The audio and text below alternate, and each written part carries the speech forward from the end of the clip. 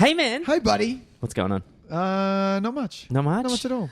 Welcome to Tys and Videotape for another week. Yay. Very excited to be here. We got a special week this week. We got a fun one. We're doing a bit of a free-for-all. We're just going to fucking... It's a rumble in the We're jungle. going to riff. It's a rumble in the jungle. It is. Yeah. We're going to be talking about twin movies. The phenomenon of twin movies. Should we call them twin movies? Couple movies? I don't know. There's no Wikipedia real... call them twin movies, Did they? so I'm okay with that. Fair enough. But yeah, this is the strange phenomenon where two movies seemingly of their own accord come out at the same time with almost the same plot. Yeah. And it happens quite a lot. And no one says anything.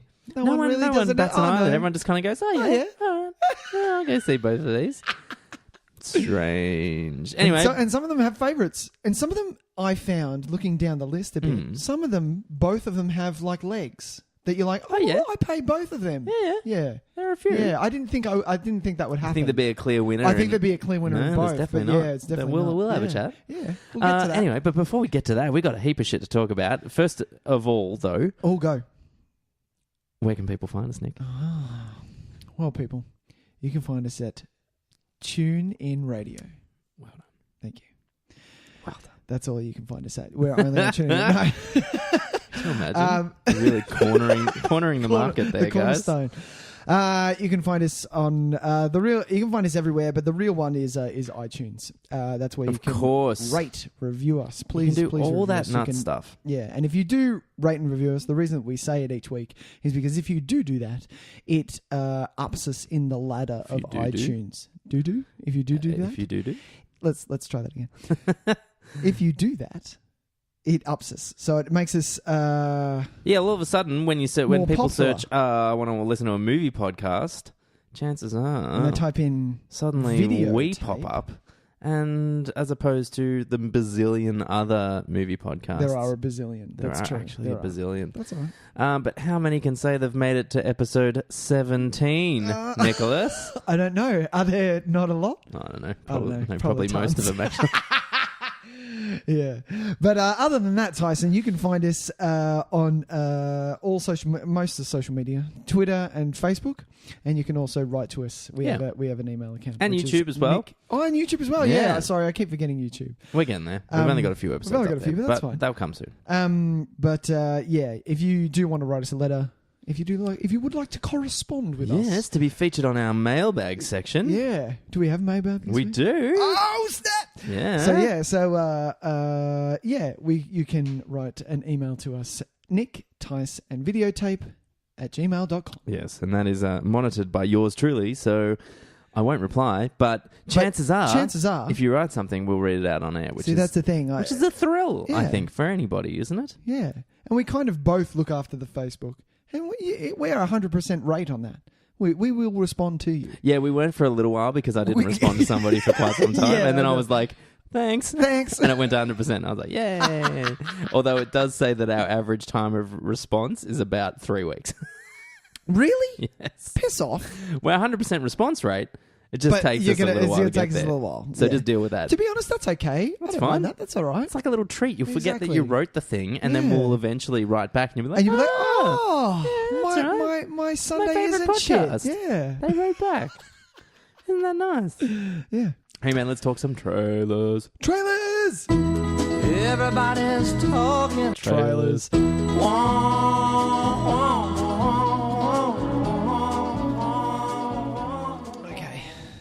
Okay. Do you want to go first? Because I haven't even quite decided which ones are the ones that we've watched that I would like to talk about. Well, we didn't have major drops this week. No, it was a bit of a boring week for trailers. It was a bit of a fizzer? Would you say fizzer? Yeah, I'd say fizzer. It happens sometimes. It does. From time to time. Yeah, you just kind of... And you feel bad for those YouTube channels that are all just movie trailers. Yeah. Because you can see that they're really trying hard to find some content. They're like... here's a TV spot that goes for 12 seconds. No, I'd rather something. Just nothing. Sorry, hang on. I've got but they got to make the coin, man. That's I know that, but just do nothing. People got to make a business. No. I love a channel that's just make a business. Anyway, people have to make money through their business. People have to make a business. No, that's terrible. So apart from War of the Planet of the Apes and the Emoji Movie, we're not going to talk about them because one, we've seen it. Sure. I don't want to see. We're not going to. I thought I was thinking I might talk about the Emoji Movie. Oh, the Emoji Movie. Oh, do you? Oh, sorry. No, it's okay. You can cut it out. No. Okay. Why don't I go first? Yeah, let's go first. Let's fucking talk the Emoji Movie. To be honest, it made me laugh, Tys. I had a giggle. So, okay, so there's a movie coming. That has in case you don't know. In case you don't, gentle listeners, you don't send texts. And look, I think I've got a pretty good grasp of our listening base. I feel like the Emoji Movie is not really our demographic. Our demo, correct. Then at the same time, and this is the thing, I'm watching this movie and not watching it, I'm watching the trailer. And I'm thinking to myself, you know what? There would have been people that thought the idea of a Lego movie was fucking idiotic. Yeah, that's true. No, I don't. And in the end, I didn't actually like that film very much. But that was just my opinion. Yeah. To me, it was like an ADD wet dream. Like, sure. It was a little intense. It was too much stimulus, and I was not in the right frame of mind, and I went, you know what, I'm going to turn this off because I'm about to get up and scream and have to run around a little bit. That's a bit intense. And, but sometimes that's just how you're feeling. That's true. That is true. And I think it was probably my choice of time to watch the Lego movie that caused this. It was 4 in the morning and you were drunk, weren't you? You were 4 and so when I'm riding the fucking crystal dragon on my meth train. Yes! Popped that's in Lego. Maybe not the time to watch the Lego movie. Right, fair deal. But having said that, people are obviously, we're obviously kind of apprehensive about that. And by all reports, except for my own, it was a great movie. It was okay, yes. So we have now a movie based on the emojis that live in your phone. That's true. I don't understand. Okay, can I start this off with a question? Hang on, can I start this off with a question? Do you use emojis, Tyson? I do from time to time. Yeah, okay. Yeah. All right. In specific circumstances, sure. I think. I don't Hey, yeah, you've emojied me. I don't shape a whole conversation based around emojis. I'll tell you what, for a bit of just for argument's sake, let's look at my most used emojis. Oh, here we go. My recently used. Let's just crack it out and have a bit of a squiz, shall we? Let's do that. Okay, so what do we got? What's top one, Tys? I got the thumbs up. Frequently used. The most frequently used. Thumbs up. Because do you know what? Yep. Yeah. I'm not going to write thumbs up. I'm going to write... And you're not going to say yes. You're not going to write a text up. that says yes. Damn right, man. Good on you. My most other used one is the emoji with just the sunglasses on, which is just like... You cool bastard. Deal with it. Yeah. Deal with it. I think it's a bit just kind of like, that's just how it is, man. Sure. Check it out. Yep. What's your third one? And my third one Come on. is the emoji that is kind of like holding his chin like, what is happening here? Oh, really? Because that's my emoji. Yeah. Well, I use it in the circumstance of someone saying something that I find quite stupid or irrelevant, or even when it's just dumbass. what exactly are you trying to say there? And I do these ones. He's rubbing his chin. Yeah. Wow, okay. So there you go. All right. So I do use some emojis. Yeah. Hey, look, the trailer was a giggle. There were a few giggles to be had. I just don't understand how they're going to sustain a full movie out of it. Yeah. And I can, I can see what they're trying to do a mile off with the whole, the emojis have to be this one emotion and that's just what they do. But what if you have more than one emotion? Go on a journey to find your freedom to have many emotions, and it's going to be a big metaphor for, being yourself. And maybe emote instead of putting an emoji. Yeah. Oh, maybe. It seemed like a very very nice mash of Wreck-It Ralph, which is, something electronic that we think is alive inside, and Inside Out. Did that make sense? There were elements... So emotions I bet this is you see these guys and they go, we're going to make this movie and it's going to be about emojis because emojis... Well, I mean, and this is also, look, this is a big part of it. We are, like we said, we are not the demographic. No, exactly. It's a kids movie. And at the same time, I've got to throw myself back and say, okay, so 20 years ago, if they were going to make a movie about the Atari fucking 600 or whatever, I'm in. I'd be there in a heartbeat. I'm in. Even 15 years ago, if someone really clever was going to make a snake movie, Oh, a snake. You mean Like, Nokia? the Nokia Yeah, wow. Snake game. How the fuck if there would was that be a if movie, someone Tyson? clever found out a way to make a movie out of that, Yep. I think 15 years ago me would have Okay. been like, all right, let's see Yeah. what you got. Fair But deal. because we're jaded and old, we now look at this like, it's fucking rubbish. That's true. We're- We're jaded and old. Yeah, We're not unfortunately jaded it and old. happened. Fuck off. Have you It seen did us happen. when Ragnarok came out? My God, we were busting at the seams. No, That's a good but point. But I do understand what you're saying. To be honest, when Wreck-It Ralph came out, I was kind of excited for that because there was arcade characters that I knew and picked up, and I was like, oh yeah, awesome. Yeah, and me too. Yeah. Me too. I didn't. You didn't enjoy see it. Wreck-It Ralph? No, I saw No, it. I it was didn't kinda enjoy boring. it. I actually found it really disappointing because I went into it Yeah. with that atmosphere and I was like, oh yeah, and kinda it was just like, oh, oh, okay. Here fix it it, is. Felix, you're a dick. Yeah, exactly. Yeah. So look, I'm not going to see this movie. I don't think it will be Right. something that might, on a whim, when it comes to one of the streaming services. Okay. I do like the idea of Patrick Stewart playing a poop.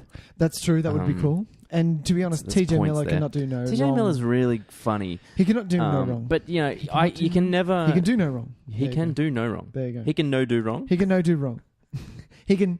Oh, Jennifer Coolidge as well. Jennifer Coolidge will work in anything. She- though. Like she is will. fantastic, She but will. she is not exactly choosy. And do you know what? Um, I have a real soft spot right now, and he's coming up in the ranks, and I'd like him to do his own movie. Oh, yeah? Rob Riggle. Rob Riggle. Rob Riggle. Yeah, I'm a big I fan. love him. I love him to death. Big fan. Yeah. Anyway, that's the Emoji Movie. I don't want to talk any more about it. Fair deal. What do you got, Nick? I will talk about a film. Very good. A trailer. Let's start that again. I will talk about a trailer that I watched that was called Bad Batch. Did you watch this, Tys? Oh, I didn't. No, Batch. Bad Batch. Okay. The font itself made me want to watch it. Yeah. So it's It sounds familiar. the director is Anna Lily. I'm going to say, oh, damn it, I suck. I'm like a Sean Spicer, really. Anna Lily Imapur. Imapur. He wouldn't even bother. He would No, just, seriously. He just. We're going to call her... No, that's terrible. But yeah, she directed A Girl Walks Home Alone at Night. Do you remember yes. that? The Yeah, vampire I movie? did try to watch that. This trailer looks awesome. This trailer looks something very surreal, very, very different. Why Bad do I Batch. think this had a different title? Is this the one with Jason Momoa? Yeah. Is this called Bad Batch? The Bad Batch. I thought it had a different title. Yeah. I have seen this trailer. Yeah. I fucking love this trailer. Yeah, how good was that? Yeah. So it's a movie. I like this because it's a movie that looks like it's going to take a chance. It's not something Oh, shit, normal. It's not something that you're going to see, be headlining Best Picture at the Oscars. It's just it's something different. It looks really awesome. Anyway, it's just got a really stylized look about it. Super stylized. Super stylized. It's Texas Wasteland. Look, there's not a lot of... You don't get a lot of story throughout this trailer. Yeah, I didn't find much story The elements. things out that of I it. took was the theme was that Texas Wasteland, there's a love story and, the killer cast, which is Keanu Reeves doing something really different.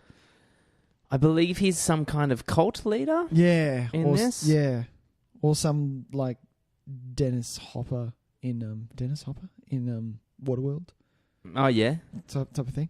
The big bad guy. yeah. Jason Momoa, Giovanni Ribisi, and I love Giovanni. Do you like I Giovanni? can take him or leave him. Really? Yeah, I think so. Oh, Giovanni, man. He's alright. Okay.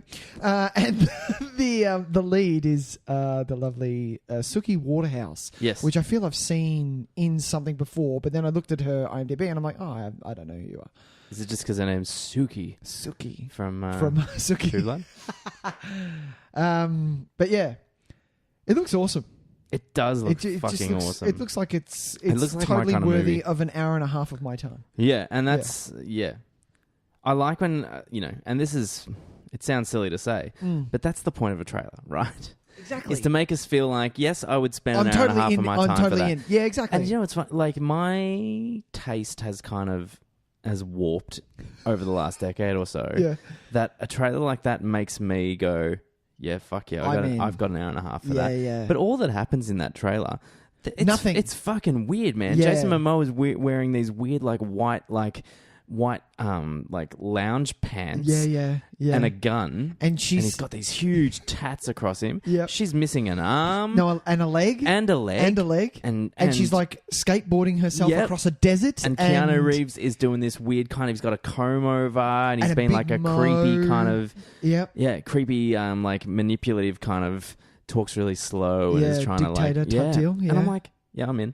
I'm totally in. How the fuck did that happen? And there's the only shot of Giovanni is him walking down the street just rubbing himself, you know, and there's traffic going in the background. Bizarre. And that's it. And it's either going to work or it's going to not. It's going to fail miserably. Exactly. It was a little bit of, I felt the same emotion as I felt when I watched the High Rise trailer. That High Rise trailer I pay you. punched me in the gut and I was like, wow, this is intense. This is going to be life-changing. Bring it on. This looks awesome. For sure. And then, it just didn't deliver, but that's okay. But yeah, The Bad Batch. At least check out the trailer because it is really odd and it looks. Check out the font. It looks like We're all about fonts here at Tys and Videotape. We are. Check it is our font. It's our claim to fame. We are. If you give us a good font, Thanks, we'll give Jack. you a good word. Yep. All right. Well, is that all right? We're done. That was it. Yeah. We're done with that. Yeah. All we're done right. with that. We're done with that. We're done with that. Yeah, we'll put that down. Nice. All right. Well, what did you watch this week, Tyson? Did you watch some What things? did we watch this week? I think it's time for a what did we watch this week theme. I'm getting really sick of all right, here we go. having something there. Yeah. No, what I'm would just you saying like that you're going to do one? I'm making the statement. It's not going to happen this week. Maybe like a reggae, like a do. What did you watch this week?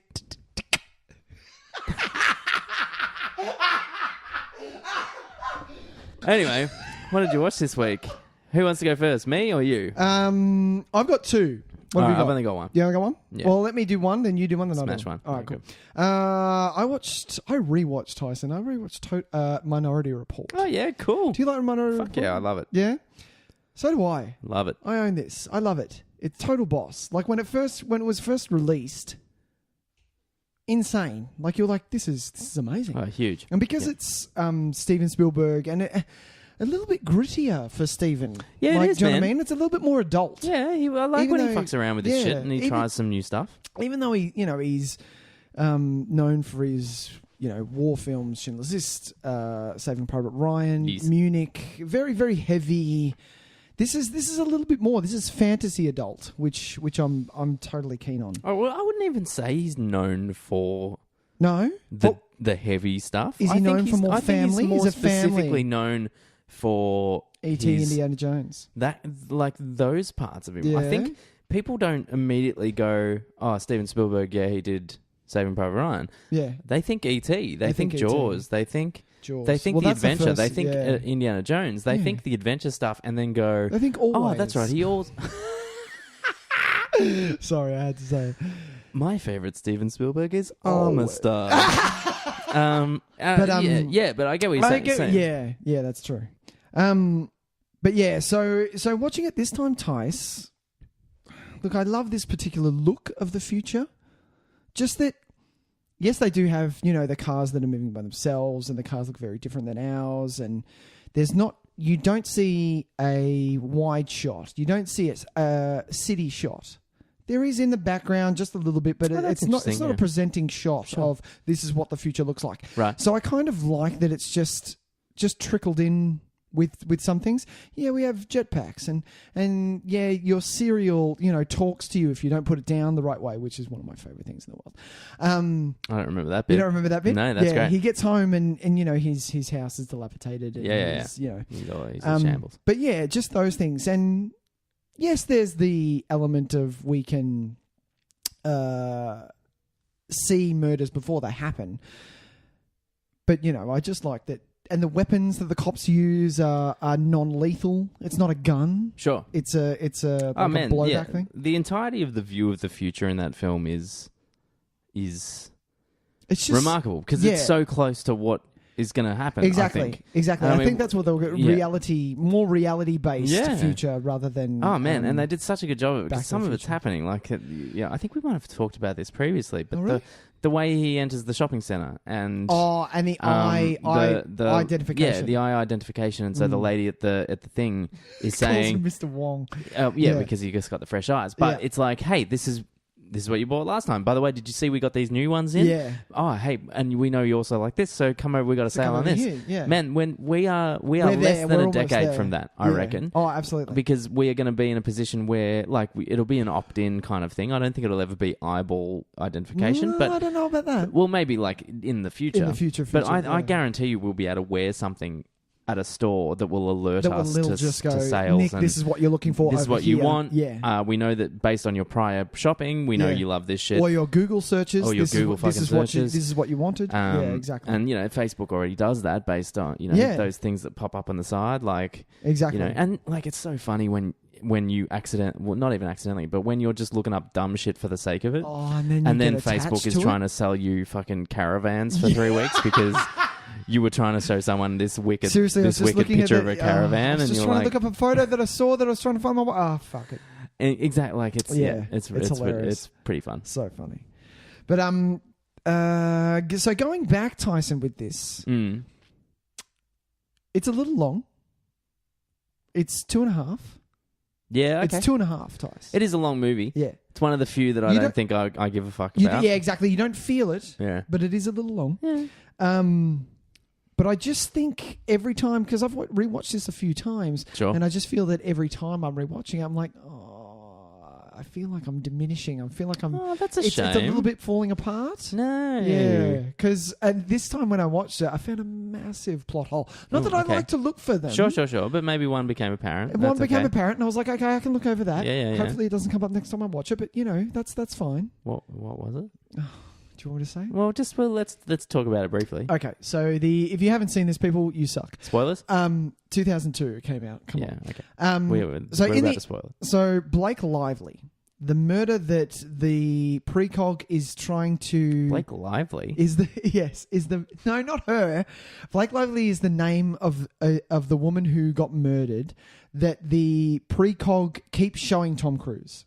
Blake Lively? Yes, her name is Blake Lively. Get Isn't over that it. the actress? Yes, not the actress. Get over it. They have the same fucking name. Anyway. That's really funny. Anyway. Trying to find... And in the end, the head of pre-crime got someone to try and murder this woman called Blake Lively. Yeah. And pre-crime came, took him away, and then he did the same Immediately murder killed her in straight the same after, thing. yeah. Now... Oh, no, I think I've just guessed my own fucking... No, I haven't. No, I haven't. You just fixed your own No, plot hole? No, I haven't. No, I haven't. So back in the back then, the reason that pre-crime worked is because the precogs saw what was going to happen. So if they saw that crime, why didn't they see his? No, they did. Why didn't the ball? No. I'm talking about the balls. The balls that come out. Yes, they see the echo that they think, oh, this is just a repeat of what's just happened. Let's just clear it. What about the balls, Tyson? What about those balls saying that come the down? The ball that came down should have actually been should have said his name, not the guy that was going to do it first. No. Should have did both. They're both two separate murders. So he gets taken away. We've done him. Awesome. So now it's going to happen again. Oh, see, I was under the impression that the balls were a choice. No, the balls aren't a choice.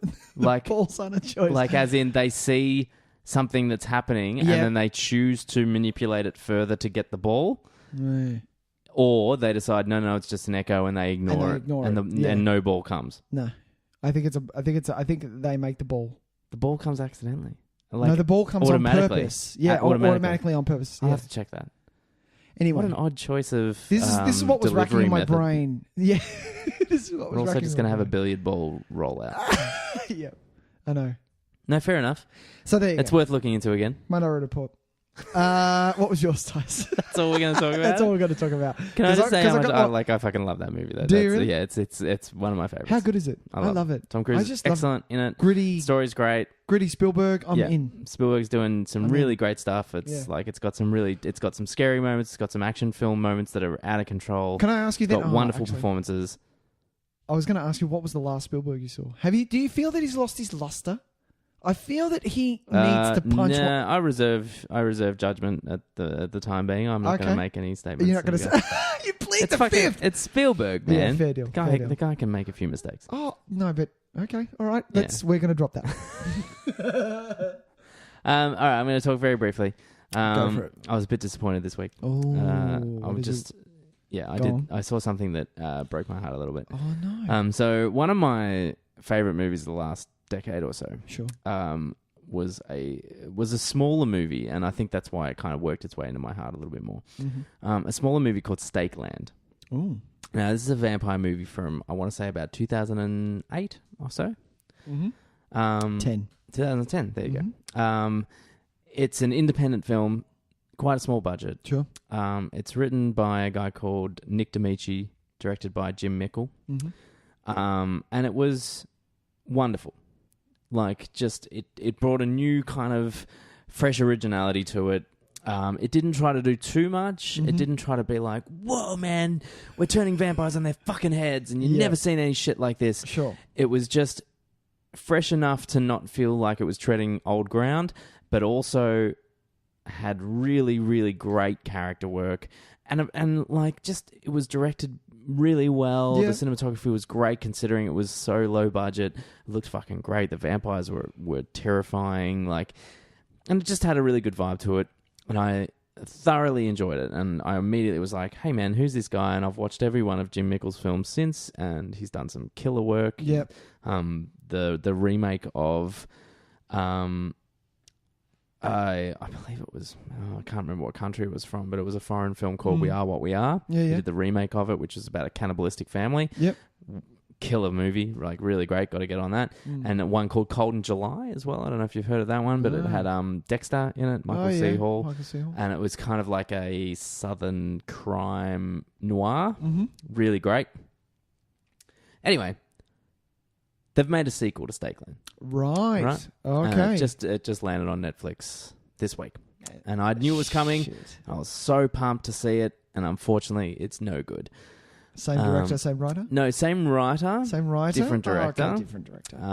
Which almost made it worse for me because I was like, you should know better. Yeah.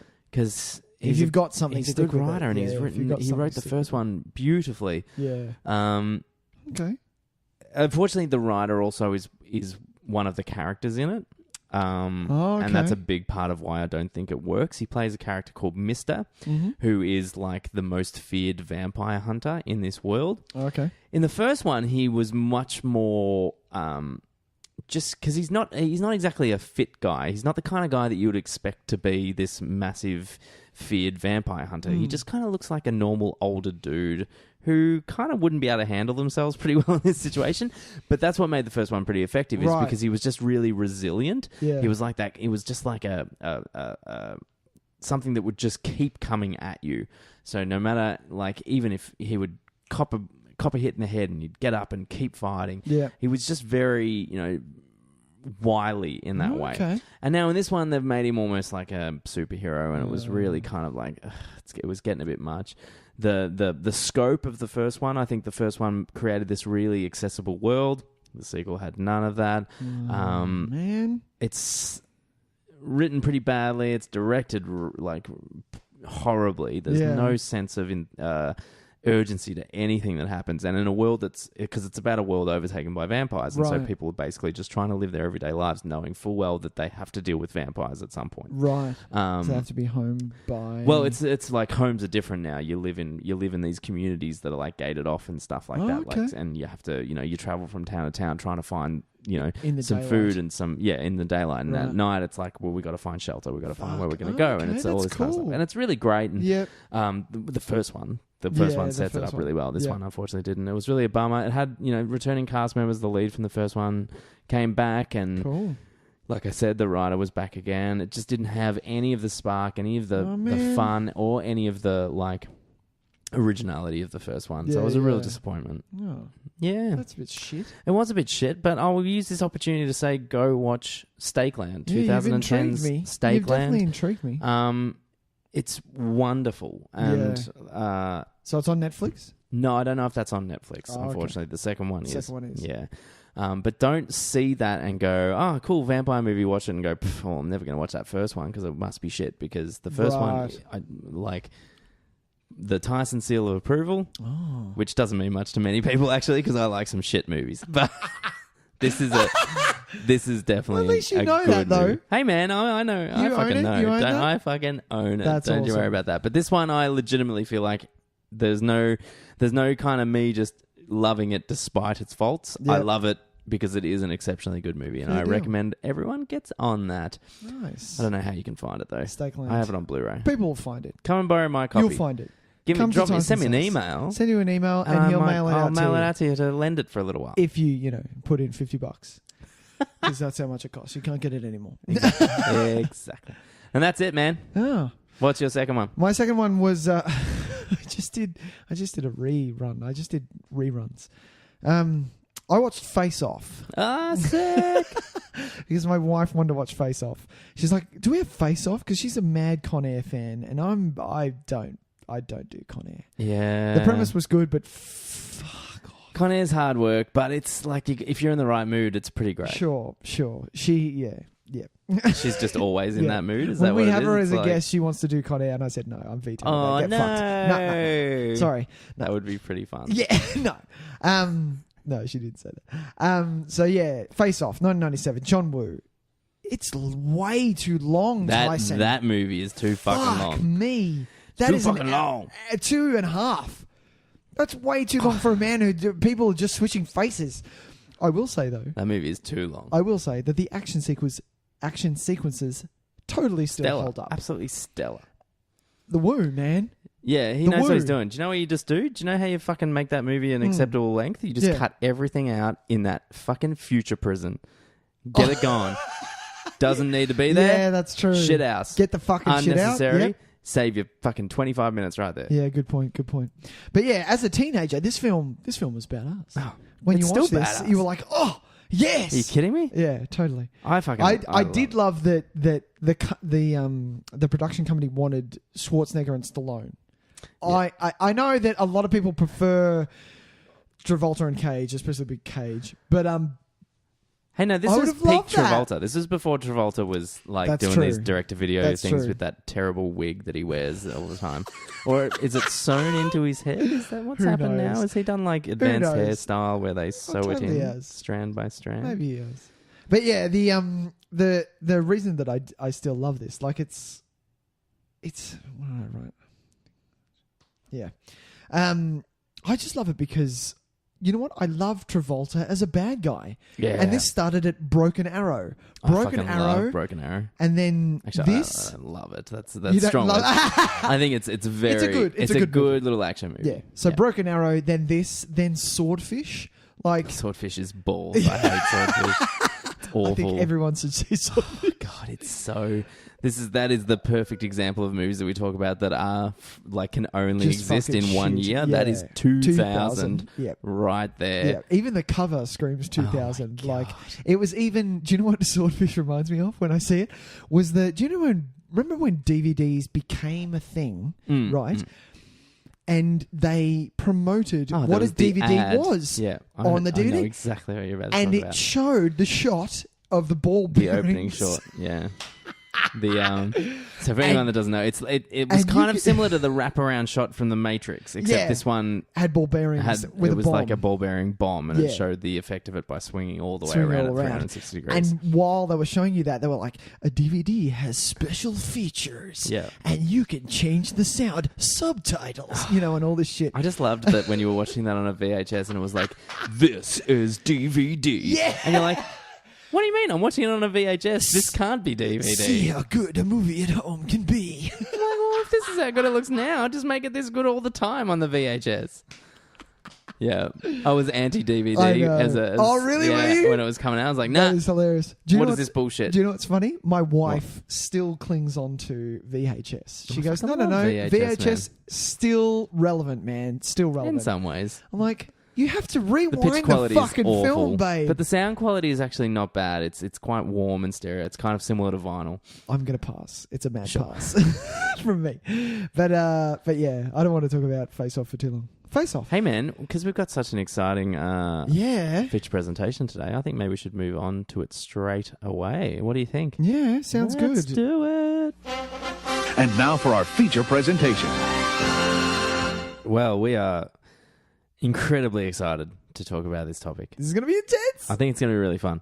We got a lot of movies to talk about, and we're going to try and smash it out in less than 45 minutes. Okay. Chances are we're not going to be able to do that. Yeah, good luck to you. Everyone knows how long these fucking podcasts go for. When have we ever run for anything less than 2 We're hours? going to give it a shot. We're going to give it a go. crack. We're going to give it a go. So we're talking twin movies. Twin movies. This is, look, and thanks, shout out to a friend of the podcast, Nicole, for the email that spurred on this conversation. Thanks, Nicole. We hope we do the topic justice because it's a phenomenon that I am really kind of intrigued by. Yeah. And digging deep into the history of it, I've only become further intrigued by it, really. Oh, really? To say that, yes. Well, I didn't realise that it went back fully to the fucking 60s. Like, I didn't know that happened. Well, I mean, you got to think about, like, I think it would be much earlier than this, to be honest. Yeah, look, if you have a think, there's some stuff in the 30s where people are, stealing, like, not exactly stealing, but they're making films that are very similar. Yeah. But I think the nature of this actual specific occurrence, because it's very... I want to say thank you so much to everyone on Facebook you guys who did. contributed to the conversation. It was Thanks. really cool to have so many people just jumping in and throwing stuff out there. It was awesome. I want to make some clarifications because I don't want to upset some people that we're not going to talk about. We're not going to... Yeah. Twin movies exist in the same year. Right. So that knocked off a few choices immediately. Or a year... Would you do a year apart? It had to be the same year. Okay, fair deal. Because you had to... Unless one was a December release and the other one was a January release. Yeah, well, that's what I was thinking. That was not the case ever. Oh, okay. The ones that were in separate years were always a good... Because these tend to be summer films. It's very rare that these would be prestige end-of-year films or... Illusionist. kind of dropped in the middle of nowhere films. Right. They tended to be big summer blockbusters, all of them. So if they were separate years, it would be at least a year apart. So that immediately disqualified it. And also, it was never a case of this is like a comic book and this is the one that is kind of half doing the comic book. That's also not that's true. Part of it. That's not what makes twin movies so interesting is the fact that it's almost like two spontaneous ideas occurred from different companies at the same time, and that's a really interesting kind of element that means that it's not just when these people did this movie and then these people did copied them. Yeah. It's kind of it's a different vibe to that. So that kind of disqualifies it. These ones tended to be things that, from the best I could tell, and you know, some of the history on these is kind of hard to track down. Unless some I'm not going to sit and troll through each of these films' special features and interviews with 40 different directors. No. If it wasn't on the Wikipedia page or on IMDb, that was pretty much we're bare bones here, people. We don't have a lot of researchers at our whim. But there were some interesting things on the way through.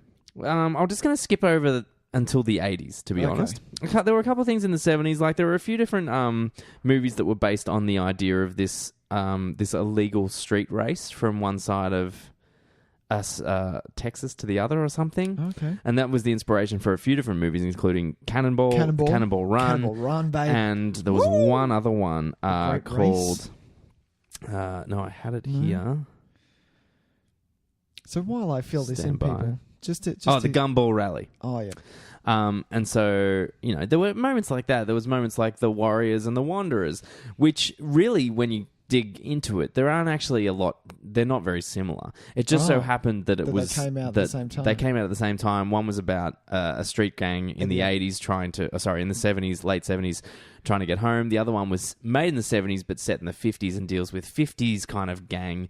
It's probably got more in common with something like The Outsiders or Rumblefish than it does with The Warriors. But because they both started the W, people obviously... Oh, they're the same movie. Obviously, you know, and they had gang themes. They got jumbled together.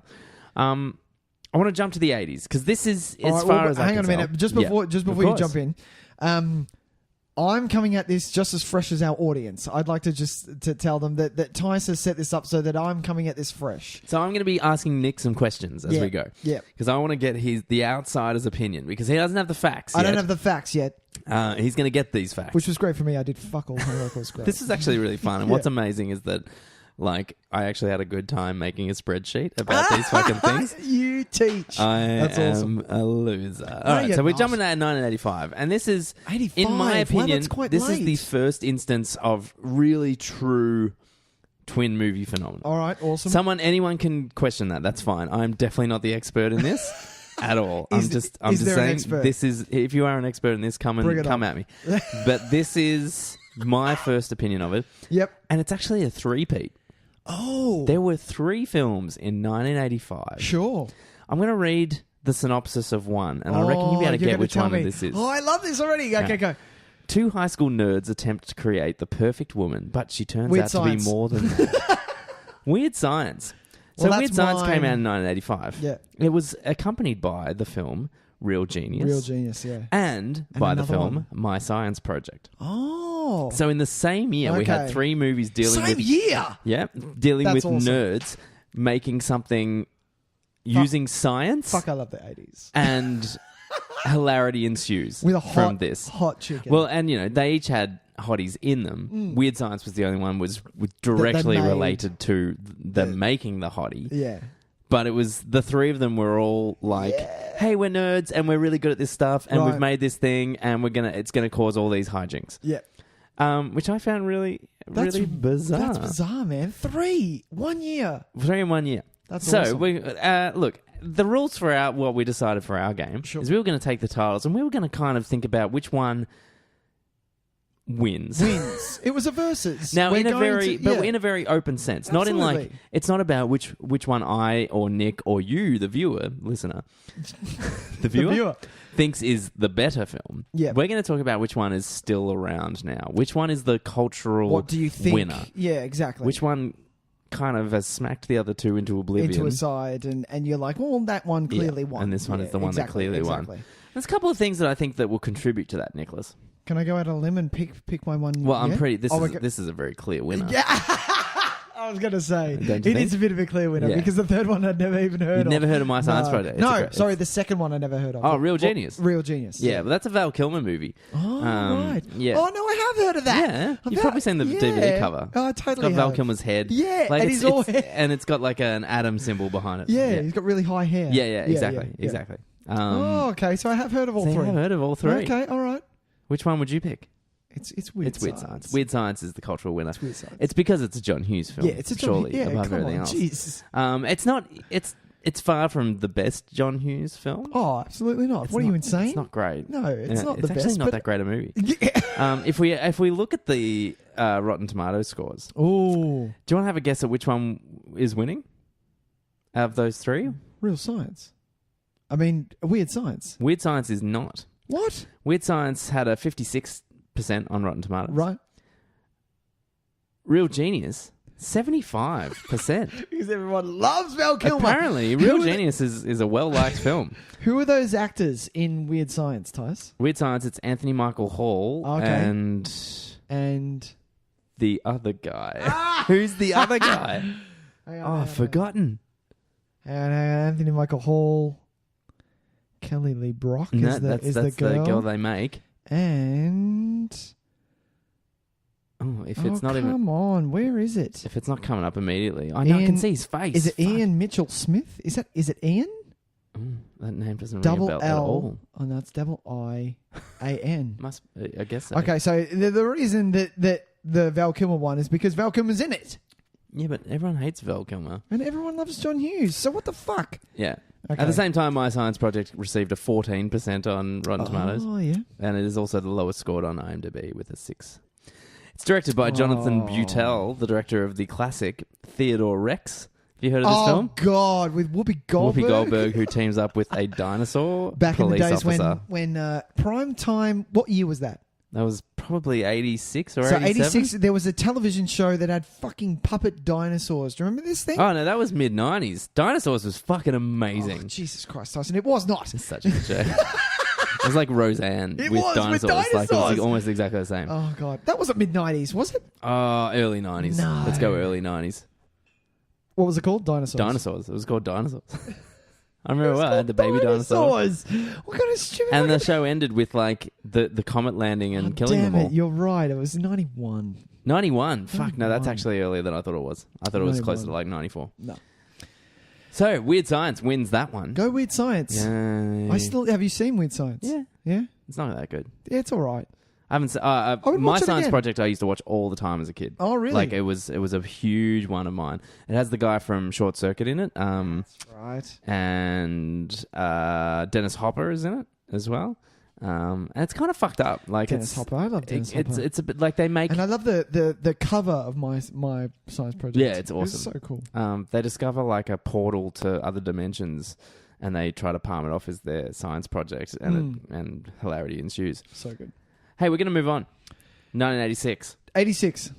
This is where it all starts to happen. This is another clear winner. We have a movie called Top Gun. Oh. Do you want to have a stab? Now, we know Top Gun.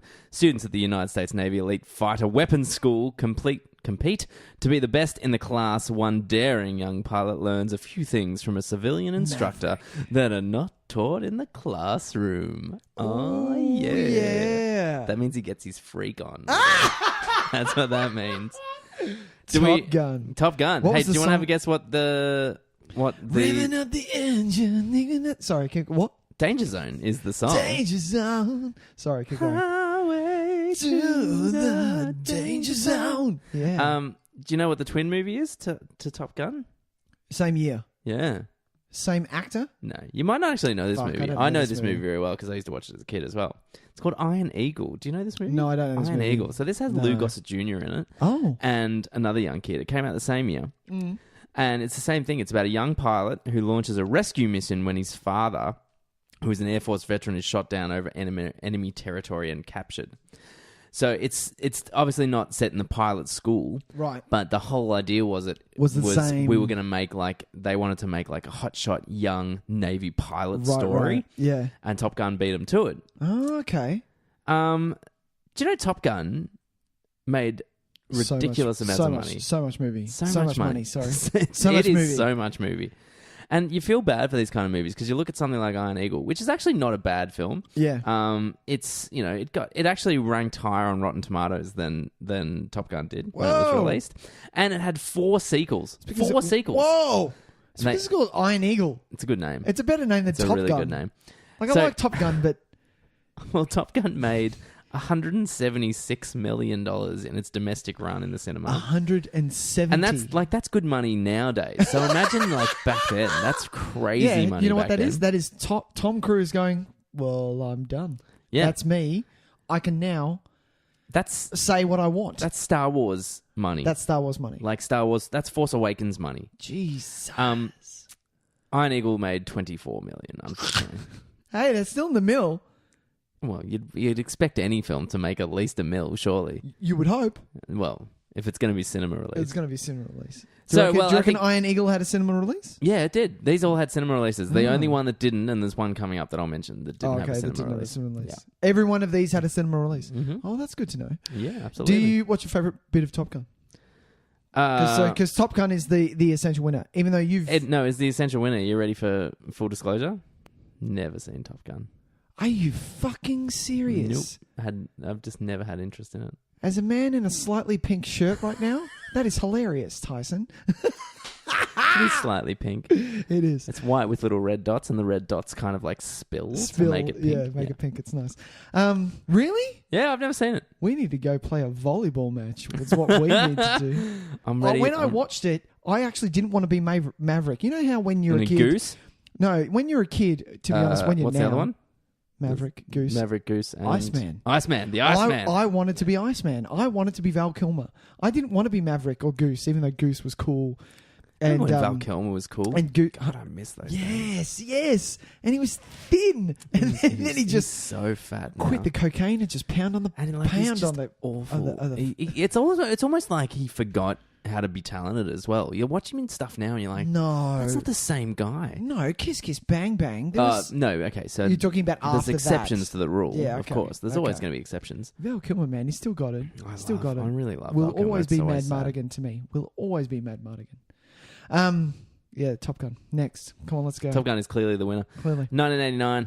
89. There happen to be 2 films about. Give me We've already another. mentioned this. Give me another synopsis. Yeah, come Oh, on. you want the synopsis? Yeah, I want the synopsis. All I want to pick it. right. You're not going to struggle at all. I shouldn't. A detective must adopt the dog of a dead man to help him find the murderer. Turner and motherfucking Hooch. Yeah, man. Turner and Hooch. What's the twin movie? Is Canine. Canine. Starring Belushi. everyone's most fucking hated Belushi brother. It was so lame. Do you know I love Turner and Hooch? I love seen, Turner and Hooch. I know it's a seen- bad movie, but I love it. I love it. I love. So by now we're at episode 17, Tyson, and our nice one, and our listeners know if you're not friends with me, and you are listening, you have realised by now that I'm quite a loud person. I'm not quiet. I live at large. I live You are at loud. loud. I'm loud. I'm a loud person. That's okay. So when I was a kid watching Turner and Hooch, and then Scent of a Woman, in my head, I wanted to have a screaming match, not a screaming, but a loud match. Who could be the loudest out of me, Tom Hanks, and Al Pacino? Yeah. I wanted who could see the loudest. Ranting. Yeah. So there's a bit in Turner and Hooch where Tom Hanks leaves, and there's a mailman coming in, and it's just friendly banter, and just to scare him, he just goes, "Police officer, out of the way." And it's one of my favourite bits. I love doing it. Excellent. Yeah. Excellent. But yeah, Turner and Hooch. There's a little story for you. Was that a nice story? It was a lovely It story. was a shit story. It's a bit of an insight into the history of Nick. Nick. That's all you're going to get. Is that it? No, That's the last time we're please. going to hear about your past? If you look on our Twitter, you can find out who I am. Yeah. So K9 though, K9. it's fair shit, isn't it? I remember it being quite shit. I remember it only. I reckon I loved it as a kid. Oh yeah, especially I haven't because seen of it since. So maybe technically it's still a good movie because it's like a tree falling in the woods and no one hears it. If a movie's shit, but I haven't seen it to assess its shitness, is it still a good movie because I just remember it as being a good movie when I was a kid? Okay, so I'm going to tug on a chain here because people are animal lovers. Yeah. Right? Which dog do you like more? Do you like the German Shepherd or do you like what? I think I like the German Shepherd. What? Fuck off. Yeah, I'm sorry. Hooch, man. It's a Great Dane or something, isn't it? I forget what he is. Yeah. He's awesome. No, I love German Shepherds. But They're Hooch was more of a character. I can't believe I'm coming to bat for Hooch, but Hooch was more of a character. What was the he one? drooled, Which was the one he with... drank beer. I'm going to just put it out there. Which is the one that when one of the dogs met a lady dog... Yep. That... Boom, boom, down, boom, boom. Ooh, whichever song that played during when they met Which the is female stolen girl. from Ferris Bueller, by the way. When he met the female dog. That was K9. Yeah, then K9's the better movie. Fuck off! It is not. It is stealing from Ferris Bueller. Dee bow bow. I love that bit. It's so good.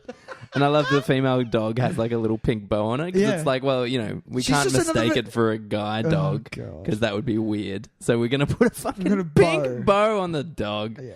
Oh my God. Because the dog can't be gay, because there are no gay dogs ever. Do you know what I'm noticing about the films that actually... Because, I mean, like, Turner and Hooch is the winner in this. It's obviously... So it is? No, people still talk about... No, but I made this stipulation. Did you? It doesn't matter whichever one I think is All right, better all or right. worse. It does to me. K9's a worse movie. Yeah, it is. But that scene is... It's because you got Tom I remember Hanks. that scene, Bow, bow. that better than anything in Turner and Hooch, except when Hooch gets shot, and I'm like, oh, that's really sad. Pulls on the chains. It does. But what I'm finding funny is that Iron Eagle, 4 sequels. Yep. K9, 3 sequels. What? Oh Fuck no, off. sorry, not 4, sorry, I messed that up. There's 3 sequels, so there's 4 in total for Iron Eagle, not 4 sequels. There are 2 sequels, which makes 3 in total. In total. In 1999, they released K911 or K911. 911, that's 9/11, Tyson. K911. K9/11. That's not Oh even. my God. That's bad. That would be an awful. He got there in time and then was like, "Damn it!" Jim Belushi and a dog trying Trying to save 9/11 9/11. victims. Oh, They missed an opportunity they there. totally Anyway, missed an opportunity there. Like, I love that Jim Belushi has done them all. Is Rin Tin Tin K9? Oh no, that's not. That's a different one. oh my God. Oh my God. Sorry, I'm still caught up on that. That's Are you one of the right? funniest fucking... K911. K911. K9/11. Tyson. Oh no, it's not. It's definitely not. And then in 2002, there was K9PI. Oh, and they right. were both straight to DVD shit. And no one gave a rat's ass. What is Jim Belushi doing now? I don't know, fucking digging food off a trash can. I don't know. Oh, dick and food off a trash can. I'm not a fan of Jim Belushi at all. No, not really. He's Even rubbish. the only thing that I liked him in was Red Heat. Yeah, but And that's even because Schwarzenegger even was in then, it. Like he was crap in it. yeah. Oh, he was And do you know what's crap. great about that movie is that every other character in the movie hates Jim Belushi's Yeah. character. And So you're all like, through the movie, people are yeah, just like, fuck you. "Fuck you, man," and you're like, "Yeah, Exactly. yeah, Fuck you. exactly."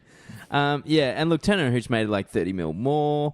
Yeah, good. It's got better rating. It's not particularly well rated. It wasn't loved. It's only got 54% Rotten Tomatoes. What? Yeah. I don't go on Rotten But Tomatoes. K9, anyway, but fuck 22%. Well, look, say what you want about Rotten Tomatoes. It is a good measure because it takes every review really? around the world. Even our and- reviews. No.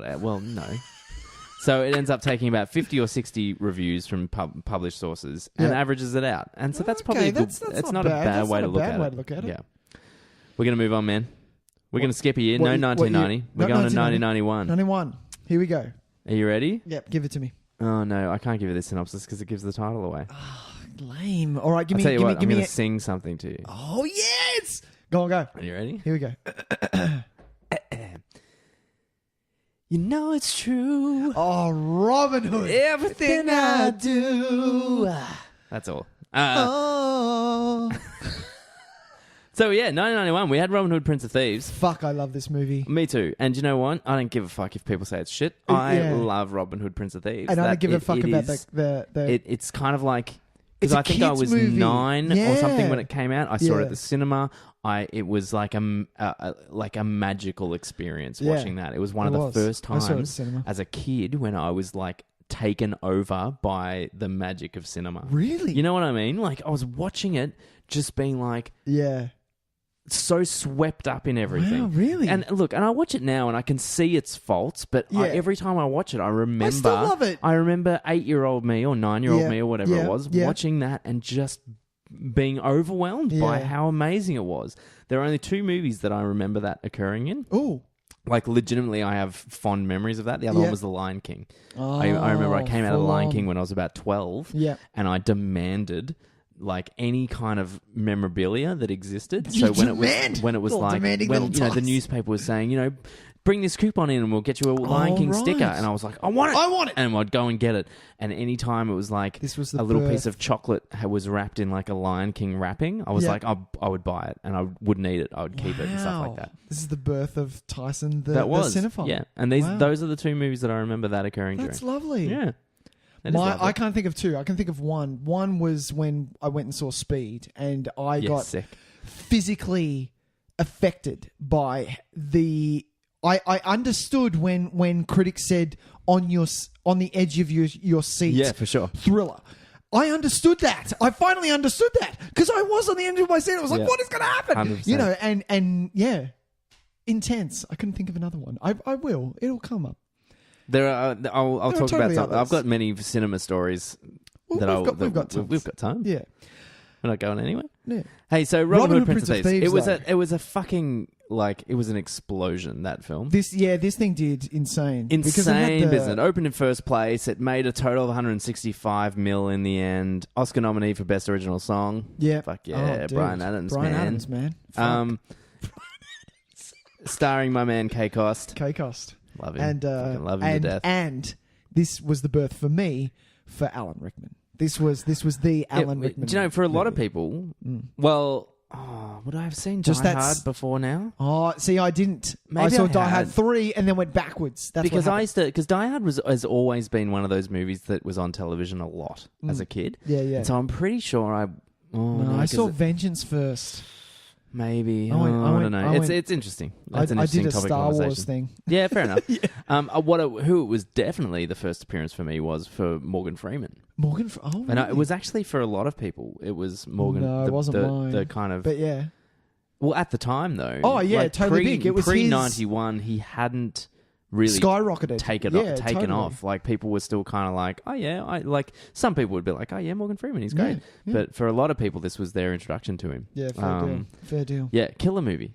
Awesome. I- And I don't like, care haters what you be people... damned. I don't care what you people say about accents and the fact that Sean Connery comes up and he's the King of England with a Scottish accent. Fuck off, okay? Pops up for the last fucking love it, minute or okay? something. And He got paid more money than I'll ever see in my lifetime. Christian Slater for is that. literally talking in an American accent. He is. Like that. I don't care, people. I forget it's Christian Slater. Remember when Christian Slater was a thing? Oh, he is. I love his thing. And like he was like a heartthrob for like teenage Yeah, man. girls because he was short, but like Is it Pump Up the Volume? Is it fuck Pump yeah, Up the Pump Up the Volume, Pump man. Up the Volume, good man. movie. But yeah, one thing I did want to say about Robin Hood, Prince of Thieves, and I love how we just wash away. What was the other Robin Hood? It was just Robin Hood, wasn't it? The other one that went against This is Prince of Thieves. Yeah, twin movies. Twin movies. The other Robin Hood. Yeah. No, but it didn't have like a Prince of Thieves or a K9 911. No, it had no byline. It was just basically it was just called Robin Hood.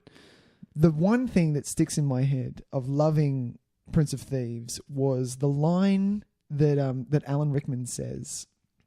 He goes, "He's the other actor who is the villain in The Crow is my favorite. One of my favorites. I forget his name. Oh God, yeah, you're Come killing on, me. What's come his name? Michael. Come on, Michael. We need to know it because this actor needs more recognition. Wilcott. Thank you. Wilcott. Yeah.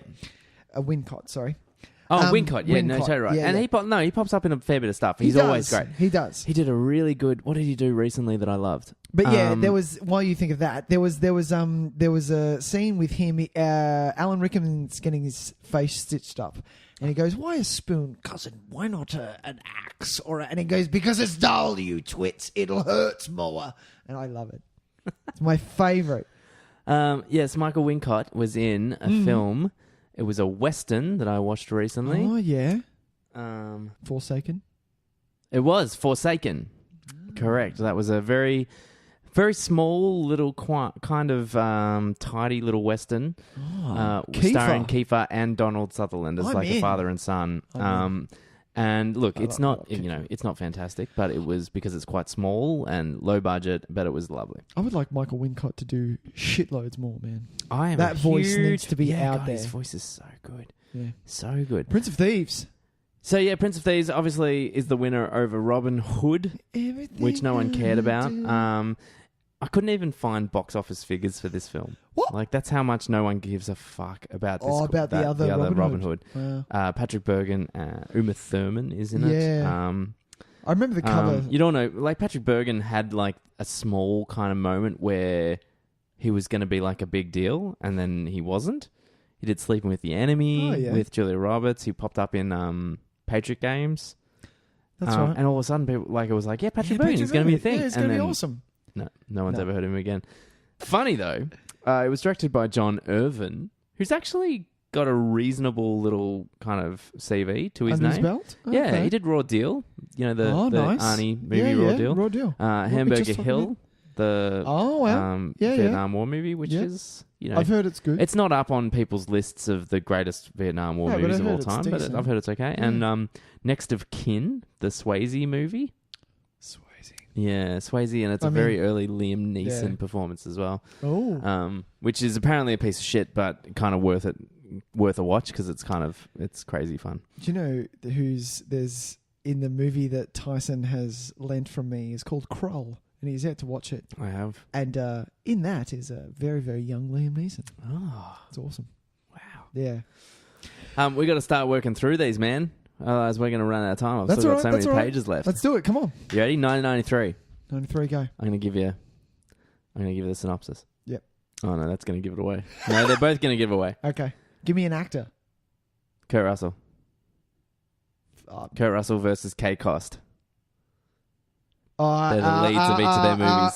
Playing the same character. Backdraft. No. Oh, really? I'm totally off. Totally off. God damn it. Playing the same character. One of them played by Kurt Russell. Oh, Tombstone. Tombstone. Our favourite Tyson. Fuck yeah. Tombstone and Wyatt Earp. Tombstone fucking floors Wyatt Earp. I watch Wyatt Earp. Floors it. Yeah. Wyatt Earp is not a bad movie by any stretch, but Tombstone is something else. Something else. I love Tombstone. It really is a lot of fun. Especially because of Sam...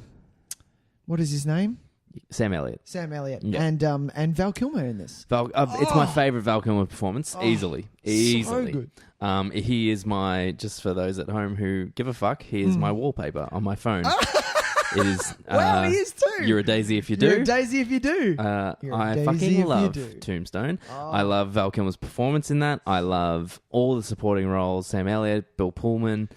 Sorry, Bill Paxton, not Bill Pullman. Oh, sorry. Shit, don't say that. Cut that out. Bill Paxton. It's directed by George P. Kazamatsos. I can't. Rambo 2. Okay. And maybe Cobra, actually. We have to have a moment here, Tyson. So Michael Biehn is also in Tombstone. Oh, Michael Biehn. Almost my favourite Michael Biehn performance as well. Oh, no. What are you insane? Terminator. What? No, but you know what I mean. Like, for it's up there. Like, it's up there because Aliens. he's... Yeah, but no. What I need to draw attention, Tyson, is one of an amazing actor died yesterday. Was it? Yeah, and he was in Tombstone. It was Powers Booth. Powers man. Booth. Little bit of a moment. Playing Curly Bill. You will be missed. He will always be. He's such a reliable figure. Pretty much just such a solid bad guy. Like always a great bad guy, but always just a good, like, stately kind of, when you needed like a character actor with some real fucking weight behind him. Yeah, you were scared. If this man yelled, you were scared of him. Yeah. Do you know what I mean? Yeah, he did direct Cobra. George P. Cosmatos. Yeah. Cool. So there you go. Tombstone wins. Tombstone does win. Big money? It made reasonable money. Not actually a great deal more than Wyatt Earp. Yeah. Wyatt Earp actually had a bigger opening weekend. Oh, okay. It just didn't go on to make as much. Right. Tombstone is rated very well on IMDb. It's actually close to an 8, and usually it's very hard for things to get an 8. Yeah. But Wyatt Earp actually won in one category. Oh. It got an Oscar nomination. Whoa, Tombstone what? did note for Best Cinematography. 93. Cinematography. Okay. It would have been beaten by Forrest Gump, I believe, because that cleaned up. Forrest... Or, hang on, it was either the Schindler's this year or it was the Forrest Gump year. I'm not quite sure. Yeah. So Tombstone. If you haven't seen Tombstone, what are you fucking doing with your life? Dude, if you're going to see, if you want to put a so much so that I want to get finish this now and go watch it. That's how much I love that fucking movie. I mean, yeah. If you're going to put a toe into the Western genre, start with Tombstone. You've got it is a good way. It's actually nothing to lose. It's a great gateway movie into for Westerns. Yeah. Because I consider myself a Western fan, but I only watch very selected ones from the part, from like the history of it. Yeah. Like I'll watch a few John Wayne. I'll watch pretty much anything Clint Eastwood has been in. Yeah. But I'm not going to go too much deeper than that. Yeah. But it's because of Tombstone that I've even gone that far. Yeah, fair because deal. I would watch that because I love Tombstone so much that when I do see a Western present itself, I'm like, well, okay, I'll give it a go. I'm in. I'll give it a try. Yeah. And that's why I've watched a random movie from 2 years ago with Kiefer Sutherland called Forsaken, because it's a Western. I was like, Western with Kiefer Sutherland, I'll give it a crack, man. I totally would give it a crack. And I loved it. I just, there's elements to Westerns that I really fucking love. Totally. I understand. Yeah. All right, moving on. Well, you want to talk more about Tombstone? No, I'm good. You sure? We could talk. We're doing an episode. We have to. We have to do a Tombstone episode. In 94, there were 2 movies about Let's get to the bad skydiving. Oh, fuck me. And somehow that relating to to terrorism and drug dealing. And one had Wesley Snipes. One did have Wesley Snipes. And the other actor has lion's blood. Vertical Limit. You are on it, my and friend. Drop Zone. The fact that you're so close. It's not Vertical Limit. Vertical Limit is the snow one. The snow one. Vertical. It starts with T. Terminal Velocity. Yeah, that's it. And Drop Zone. Damn it, mother. You had it though. I was You're so on at it. Yeah. You're on it. Correct. Like, I haven't seen either. This is one of my. I haven't seen either. Yeah, really. Either. This is one of my favorite examples of it because I'm just going to read the synopsis because they are amazing. Like the fact that this movie got made once is a miracle. It got made twice. A tough cop Hang on a teams... minute. Is this the same year? Same year. Oh, my God. 94. Okay, go. A tough cop teams up with a professional skydiver to capture a renegade computer hacker on the run from the law. Computers were coming in. That movie can only exist in 1994. Yes.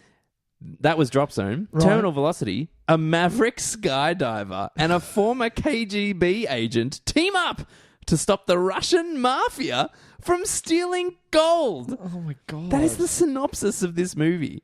What? This is like people with a dartboard sitting there and like it's got skydiver, And it's got skydiver. ice hockey player, Yep.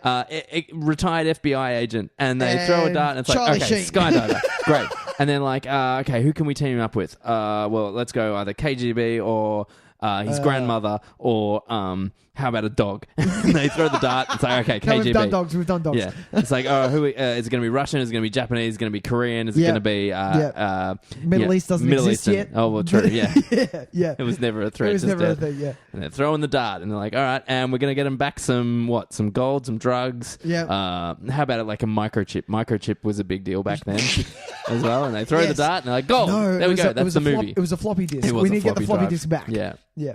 Oh, that is hilarious. Yeah. Do you know what? These covers stand out in my head, though. That Terminal Velocity cover, black writing with the red and the blue. Yeah, look, it's a good looking. No, it's not really good No, looking, it's not but good looking, it's an but eye it's catcher. an eye catcher. Yeah, it's one that I like. Yeah.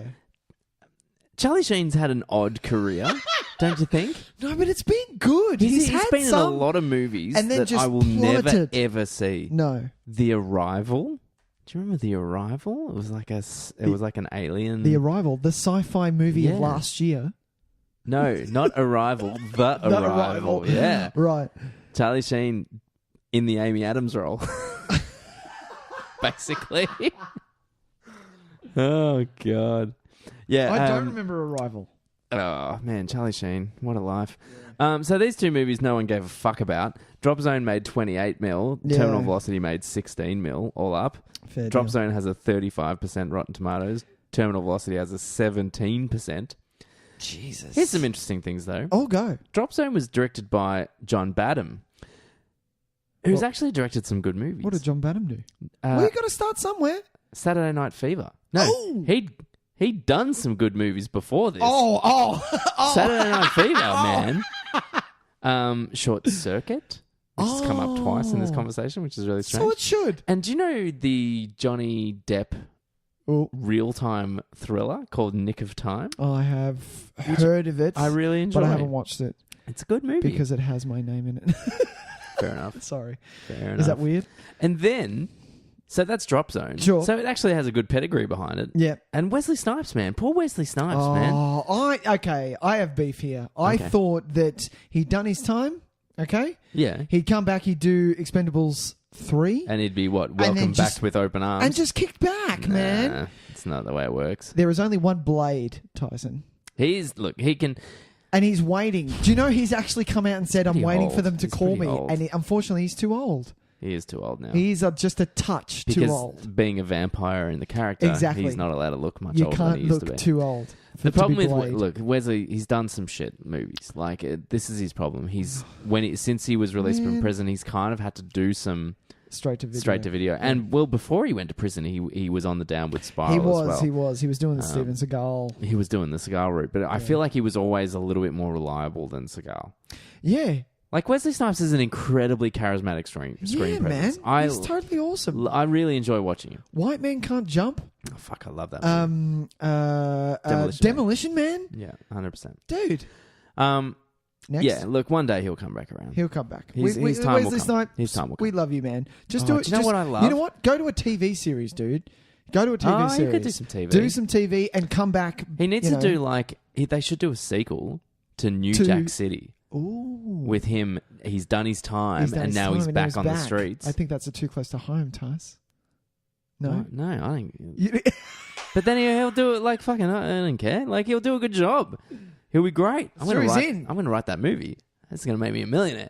Totally. New A Jack City sequel. 2. A sequel is Back going to make the you a millionaire. city. Hey, it can't be worse than Blade Trinity. True. And then Terminal Velocity, written by David Twohy, who is the guy behind the Pitch Black series. Oh, nice. Yeah, so there's some good pedigree on these movies. The hell? No one gave a flying fuck. Hey, which one wins the the? This is even. This is Do you reckon this is a no contest? No, I don't think this is a contest. Do you reckon they both punched at the same time and knocked each other out? Yeah, it was a clothesline from each, and both of them. Because neither of them technically win. It's a 10 They count. both lose. Yeah, exactly. It's different. It's not both winning. They are both winning, but this is both losing. Yeah, they've both lost. Totally, yeah, totally. they both got disqualified. Yeah. Hey, that was what year was that? 94. We got another from 94. You ready? Oh, really? This was an interesting experiment. Oh, I like one. This was like the clash of the flamboyant drag queen films. Oh, I know this one. Do you know both of these, I know Nick? both of these because I've seen them both and I both love them. This also has one of them has Wesley Snipes in it. Wesley? Yeah. Yeah, it does. Yeah. This is Priscilla, Queen of the Desert. Yes. Which clearly is the winner for me. It's a winner on a cultural level. It's on a cultural level. It's by far and away the most Can I ask, was it the first? memorable. Yeah, it was. It was, okay. And then there was Tu Wong Fu, Thanks for Everything, Julie Newmar. Indeed, starring Swayze, Wesley Snipes, and John Leguizamo. Oh man, what a weird cast! It's a beautiful. It works. It's just Such a I love bizarre- them. But yeah, Priscilla wins Priscilla definitely wins. on an iconic level as well. Like this is well, Australia. I'll tell you what. Has go. Priscilla has a 93% on Rotten Tomatoes. It is almost the highest that we will see today. Out of the twins. That's awesome. There is one. An Australian movie gets the top of these twins. There is one film that has a higher score than that. We'll get to that soon. We'll get to that. Okay.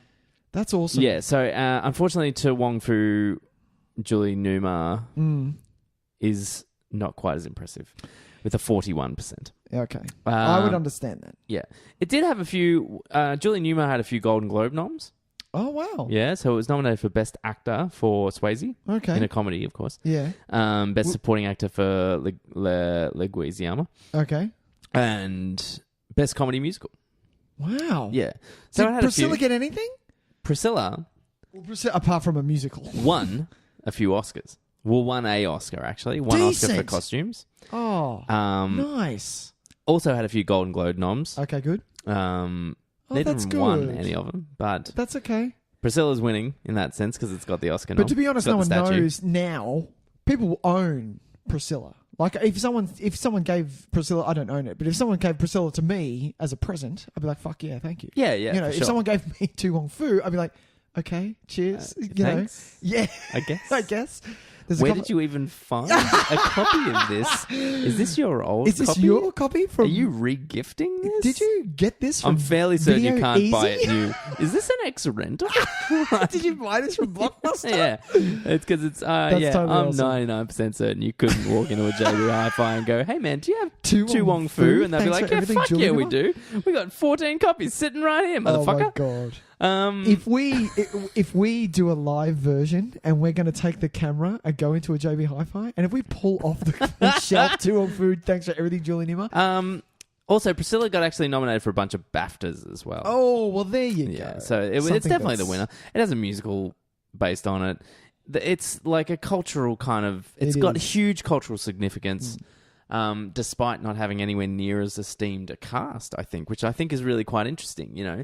Like, if you think about, like, Swayze and Wesley Snipes, I would say probably not John Leguizamo as much. Sure. But compared to... Hugo Weaving. Well... Hugo Weaving? Like, to a degree, but not at the time. And then Guy... Oh, not at the time. Guy Pearce, you're definitely saying not at the time. Yeah. Okay, but now you've got Hugo Weaving, you've got Guy Pearce. Who's the third? Terrence Stamp. Oh, Terrence Stamp! Kneel Before Zod. Fuck me, really? It's Terrence Stamp? Yeah. Oh, I haven't watched this in years. Terrence Stamp. I fucking love Terrence Stamp. Dude, he's Zod for us. Zod. Yeah, there's no Zod. It's not Michael Shannon. It's 100%. Yeah. 100%. Wow, okay. Not that it matters, but which one did more money, can I ask? Because I've wanted Well, Priscilla didn't make a lot of money because it was always in limited release. Yeah, so fair deal. it was never showing on anywhere near as many screens. Yeah. Oh, okay. Wong Fu didn't do good money at all, though. It made 36 mil in the end. Yeah. And that's not great. Okay. We're going to move on. We're going to move on. Because it's time for one of the big guns. Ooh. I don't know. I would say Priscilla's a big gun. Well, there are a few that when you mention this phenomenon, there are a few that people always come to light, and we are reaching the first of those. Oh, this is It is 1997. Okay. How are you going to give it to me? Let's say that line again. What's the next one, Tyson? Thank you. Well, there's no way to say this without giving it away. Does a meteorite hit the Earth? It's not that one. Okay. What's the other one? The other one is... are we... the other one is... Are we running from lava? Oh. We're running from lava. We are running from lava. In 1997, we had Dante's Peak and Volcano. Yeah, this is probably... It's up there as one of the most kind of well-known examples of this phenomenon. Yeah. It was just so fucking bizarre that was this the same year? Yeah, it was the same year. What the hell are you doing? 100% They came to be at the same point. This was not. These were not. This was not somebody going, "Hey, Universal's doing this. Let's do it." Dante's Peak was really successful. Let's do our own version. Right. So this is interesting. Both of these movies are fucking caned. Like what on critically. Oh. Dante's Peak received a 27%. Yeah. Volcano received a 45%. But on the flip side, the IMDb rating for Dante's Peak is slightly higher for Dante's Peak. Really? It's 5.9, whereas for Volcano it's 5.4. Both of those scores are shit. Like, this is the thing about IMDb. Anything between a 6 to an 8 is usually a general consensus for a well-liked movie. It's okay. Yeah, Anything below a 6... the only people that like it are the people that rate it 10 almost in like defiance, who are like, no man, it's fucking I awesome. love this movie, yeah, it's so fucking sick. And whereas everyone else is like, come on man, I'm trying to give it a 4, and you're fucking up the averages by giving this shit. You're giving, fucking a fucking 10. You're giving you this rate a 10. Everything a 10, don't you dickhead? Well, yes, obviously I rate everything a fucking 10. And they surprisingly, when you think of these two films, I think of big blockbusters. Do you? I do. No, don't you? No. Because neither of them did well. No, I don't remember big blockbusters. The Meteorite movie, I think of big blockbusters. What? Big blockbusters. This movie was kind of it was okay. I'm surprised. So both of these went to theaters. Yeah, shit, yeah. Really? Yeah. Because Tommy Lee Jones and Pierce Brosnan were big back then. Big opening weekends. Right. And then nothing from there. Yeah. Like, fell off the fucking map. So would you say then that this is the start, is Dante's Peak and Volcano the start of the disaster film? No. Is this where it came from? Twister was the first kind of environmental disaster film to kind of get people's... Right. And when was Independence Day? Independence Day was 96. That was 2 years later. Right, 2 years later. Yeah. So it started with Twister. Yeah. See, I don't consider it's a disaster movie, but it's a different kind. The environmental disaster film. Yep. So that's Twister leading into these two. The Core. I can't believe you shit mentioned like the that. Core. They're kind of in a different category. Yeah, I fair think. deal. But they're both like incredibly huge flops. Yeah. So both of them cost nearly Dante's Peak was actually the more expensive film, cost over $100 million. Okay. Volcano was just under $100 million. Right. Neither of them made anywhere near that kind of money. Oh, So they both lost about $50 million. Fuck, that's bad. Yeah. That's a loss. Which one's your favourite? Well, I've never seen Volcano. So oh, really? No. This was bothered. back you were at the video store at this point. Yeah, I didn't give a fuck. I was Dante's Peak man. It was almost Do you like know you why? had to Because pick one. fucking Sarah Connor was in it, motherfucker. Exactly. Sarah motherfucking Linda Connor. Hamilton. Boom. Rocking it out. That's right. Yeah, I was always a Dante's Peak man, and I was like, kind of, you had to choose one or the other. So I was like, I got my Volcano fix. I didn't need to watch. Well, I love Tommy Lee Jones. I've seen them both. I don't remember shit. I remember one part, I think it was in Dante's Peak, where they're up the mountain, the thing explodes, and he drives on lava. I'm like, okay, I'm calling bullshit. Yeah. I'm calling bullshit right here. Oh, man, there's so much horse shit. It's ridiculous. It's ridiculous. The grandmother gets in the fucking acid lake. Like, in a fucking second. Like, in 1 second. This is lava we're talking about, just man. fucking sizzle and be gone. You'd be like that goo from Who Framed Roger Rabbit. It'd be like nice that. one, You just get in and you'd be gone. Yeah, nasty. Yeah, I actually really like Dante's Peak though. Like, I think it's really enjoyable. Yeah, it's bullshit, I but think you should see Volcano then. and kind of come to the... Yeah, because for me, this is a negative. This is another... They both suck? They both suck. Really? Sorry. All right. To be honest... No. Huge call. Oh, I don't know now. No, they both suck. All right. I'm sticking to it. Well, we've got to move on. Okay, here we go. Moving on. You've had your piece. Give me another one. 1998. 98. We got this is a quick one. I don't want to spend too much time. Okay, here we go. We got 2 animated movies. Thumbs up, thumbs down. Thumbs up, thumbs down. 2 animated movies. They both have a Animated. bunch to do with our insect friends. Bugs Life and Ants. Yep. Ants. Dude, Thumbs as if down. anyone's Thumbs down. watching Ants. No, do you know what? Bugs Life was the start. It was the start of Pixar, apart from Toy Story. Well, but, it was the fact that it was showing proof that they could continue on, and it wasn't just Toy Story. It was that they were a it was brand. like, no. We and are that they here. would- We are. yeah. We've gotten. I'm going to just say this one thing. Wow. How long has it been since you've tried to watch Bugs Life? It's not that long. Really? It's 5 years. I've seen it within a 5-year period. I watched it close to that, and I really struggled. Really? Having said that, I haven't seen Ants since I saw it the no one first should time. see Ants. No one should see Ants. But I found Bugs Life. It's funny because you go into it because you're like, Pixar, yeah, it's going to be sick. Yeah, it's and you gonna watch be it now and awesome. it's like, whoa. Well, that's because Tyson, what you've said before, that now Pixar has literally like really carved out a piece of the cinema plate for Yeah, themselves, for sure. the cinema pie. Do you know what's interesting about these two? Yeah. You know what I was saying before? There was only one film that had a higher rating on... Bugs Life, really? Ants. I'm sorry. So we're just going to say that Ants has a bigger rating than Priscilla, Queen of the fucking Desert. Ants has a 96% on Rotten Tomatoes. That score is outrageous. How is it that high? It is slightly evened out by the fact that it is nowhere near as strong on its IMDb score. Bugs Life had a 92. So they are both really well loved films. What came out first? I feel Ants did. I actually am not certain of that. I feel Bugs Ants Life did. had an Oscar nom for original score. Ants did not. Bugs Ants Life's awesome. made close to 100 mil. Bugs Life made almost just over 160 mil. Okay. So it definitely won That's Bugs Life, yeah. man. Well, Bugs Life it has much more longevity to it. I'm not sure how much legs Woody Allen doing a fucking ant impersonation is going to have. The fact that the Stallone ant looked like Stallone, like it was That's right. weird. That's so It was weird. What is that voice cast? Yeah. Who thinks I'm going to put Woody Allen with Sylvester Stallone? Who And thinks Sharon that? Stone. Like, what the fuck? All right, so Bugs Life's the winner. Bugs Life, dude. Let's what are you move on. talking about? We've got the next big gun. It's 1998. We were all suddenly fearing the outside world, the outside universe. I don't want to close We were wondering, my eyes. what if something like just I don't came and wanna hit our planet? fall asleep. What would we do? I love Aerosmith. Who doesn't fucking love Aerosmith? I don't want to miss a thing. Jesus. Sorry. That was intense, man. Yeah. What do we Ha- got? Deep Well, Impact. this is where we split, Tyson. We've Armageddon. talked about this before, man.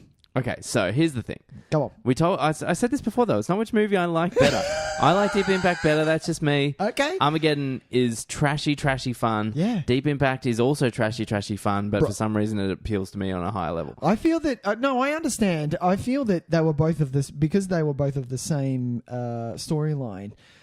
Armageddon took the action side of it, where Deep Impact took the drama. Yeah, it was a bit more kind of- It was it was more a close quieter to movie. home, you know, there wasn't a mission to go fuck up the. Well, there was a mission, but There it was was? a side story in it. Oh right. Yeah, Oh, there was okay. there was because that was what We're gonna fire nukes at it. what was what's his fucking name? Yeah, the whole thing was that they were going to go up and fire nukes, and it had the head of the space program was Robert Duvall. Robert Duvall. Thank you. And so he was on the spaceship with Mary McConnell. Not Mary McConnell. She's from The West Wing. She was in like the last 3 seasons of The West Wing. The blonde. Is it Mary McConnell? I got nothing. You got nothing for Tia her? Leone? It's not Tia No, it's Leone. not Tia Leone. She's the lead of the and I haven't seen Deep Impact since it came out, so the reason I have qualms is because which came out first, Deep Impact or Armageddon? I feel it was Deep Impact. I feel like it was Deep Impact. Yeah. We'll have to Anyway, double-check the that. reason that like everyone remembers, Yeah, Mary McCormack. yeah, I got this shit sorted. everyone remembers the wave hitting the city.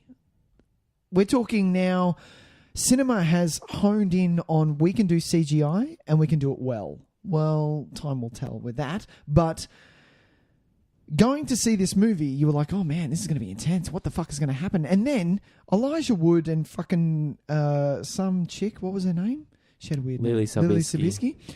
They run up a hill, Tyson, to get rid of the wave, man. To get away from the wave. Come on. Tys. Yeah, it was because they'd managed to separate the the meteorite rockets. because they were able to put a nuke in, and so the people that were on the spaceship sacrificed their life to split the meteorite into smaller pieces. That's literally the storyline of Armageddon. Yeah, exactly. But what happened was they were only able to do enough to get a little piece. A little piece was still going to hit. Right. So they couldn't split it up enough to make none of them hit. They still had to do, and that's why the tidal wave hit and so many people died. But that's why it didn't make its way too far inland. Whereas it was going to hit, if it had been the full thing, it would have been a total tidal wave that would have wiped out everything. Right. Your Deep Impact was first. Deep Impact was first? Yeah. But Armageddon, Tyson, is this... Okay, so you do love Deep Impact better, but you know that Armageddon wins, don't you? Armageddon wins. Okay. Yeah, 100%. Yeah. Armageddon, because it started Michael Bay. The Michael Bayness. The Michael Bayness. Because Bruce, this cast alone. Bruce Willis, Ben Affleck. Fucking Ben Affleck in this movie. He's so bad. Remember when Ben Affleck was just laughably bad and you were like, oh, stop it. And then all of a sudden we all changed our minds and went, I love Ben Affleck. No, I haven't changed my actual opinion. I think Ben Affleck is a good director and I will stick to that guns. Sure. Acting, the man can get the fuck off my screen. So neither of these films were reviewed very well. They were both under 50% on Rotten Tomatoes. Whoa, okay. Yeah, well and truly. Although Deep Impact was the 8th highest grossing film of 1998. Whoa. Armageddon was the 2nd highest grossing film of 1998. Don't want to close my Do you want to guess what made in the first film? I've got this as a little tidbit of 1998. 1998. What could have made more money than Armageddon? You're gonna twist. Okay, It was can I have a hint? War movie. Oh, it was Saving Private Ryan. It was Saving Private Ryan. Yeah. Why not? Nice. It was the only film to beat Armageddon on box office. So I think Armageddon does take it in the end. It does. It does. Come on. It's the one Steve Buscemi. Even if we Liv took Tyler, Billy Bob. He's got space dementia. Michael Clark Like, Duncan. what is that fucking dialogue? It's so bad. Oh yeah, there are when they get up to the meteorite, it's literally nothing but one-liners. Oh, it's so bad. Anyway, but it's watchable on a bad level now. Whereas Absolutely. Deep Impact, I don't think. If you'd never seen Deep Impact before, Sure. I think it would be really boring. The only reason it works so well for me is because I have a nostalgic kind of attachment Feel for to it. Yeah. When was the last time you watched Deep Impact? Just quickly. I tend to watch it every couple of years. Oh, do you? Yeah, I've got it on CGI DVD. still hold up on that sucker? Oh, some of it. Yeah. That wave looking a bit cheesy? Yeah, it's a bit dodge. Yeah, but That's awesome. that was the peak of its time. Yeah, totally. That's the thing. Yeah. And we've just gotten better, man. We've just gotten better. We've gotten heaps better. Bring on War of the Planet of the Apes. Thumbs up, thumbs down on the next one because we're Okay, getting here we out of go. time. Yep. In 2000, there were 2 random movies about Mars released. Mission to Mars and Mission to Mars and fuck. It stars with someone we've already talked about. This isn't weird how these actors are God common damn it. threads in this. Starring Val Kilmer. Mission to Mars and Red Planet. Red Planet, Oh, thank correct. Red Planet, I just want to make note, is probably the biggest flop of any of this list. Red Planet. It had an 80 mil budget and it only managed to make back 17 mil. Fuck, that is a big one. It opened in 5th place. It's the lowest opening weekend of any of them. It also has one of the lowest Rotten Tomato scores down at 14%. I would love to. I'll figure that out for later. Mission to Mars didn't do much better, though. I'll tell you that. Yeah, I remember watching both of them. Brian De Palma, though, you think it'd be better? Yeah, that's what I. Brian De Palma, Yeah, and man. hang on a minute. Doesn't Red Planet have a decent director as well? No, that's the Mission to Mars is Brian De Palma. Red Planet is some nobody who literally has never worked again. Really? Never worked before and never worked since. No. Yeah, it was really weird. I looked it up thinking it was somebody. Okay, I thought it was someone. No. No, he's done nothing. Red Planet was one of the most Wow, boring film experiences of my life. Yeah. Mission to Mars was definitely not boring. It I had didn't like something. that movie, but it Yeah. was definitely not boring. No, I think they both come under the. It's another. They both lose. They both lost. But Mission to Equally. Mars is the SmackDown winner, but they technically both lose. No, they both lose. Okay, they both lose. Yeah. Sorry. No, that's fine. 2005. 5e. Capote, Infamous. 2000, Two stories. Hang on, 2005. Okay. Yeah, we jumped 2000 to 2005. Let's just do thumbs up, thumbs down on this. Okay, good. Well, I haven't seen Infamous, but I've heard it's the better version. No, well, this is Even the though thing. Capote won Oscars. Capote was nominated for Best Picture, Supporting Actress, Directing, and Adapted Screenplay, and he it won won Best Best Actor. Actor. Yeah. Infamous, nothing. But I hate the for film me, Seymour Hoffman I one feel for like, that. yeah, it's definitely, was it's not my robbed, favourite man. performance of his by a long shot. It's like Denzel winning for fucking Training Day. Yeah, I it love is. Training Day, but fuck off, man. But you want these actors that you want to be able to look back, and unfortunately now, because of his passing, we're never going to be able to. Yeah. You want to look back and you want to say Oscar award-winning, Academy Award-winning actor Philip Seymour Hoffman, and when they go, oh, what movie did he win it for? One that he deserved it for. Yeah. I just don't like his Just performance not in this movie at Capote, all. no. It's the first time I've ever felt like Philip Seymour Hoffman was #acting.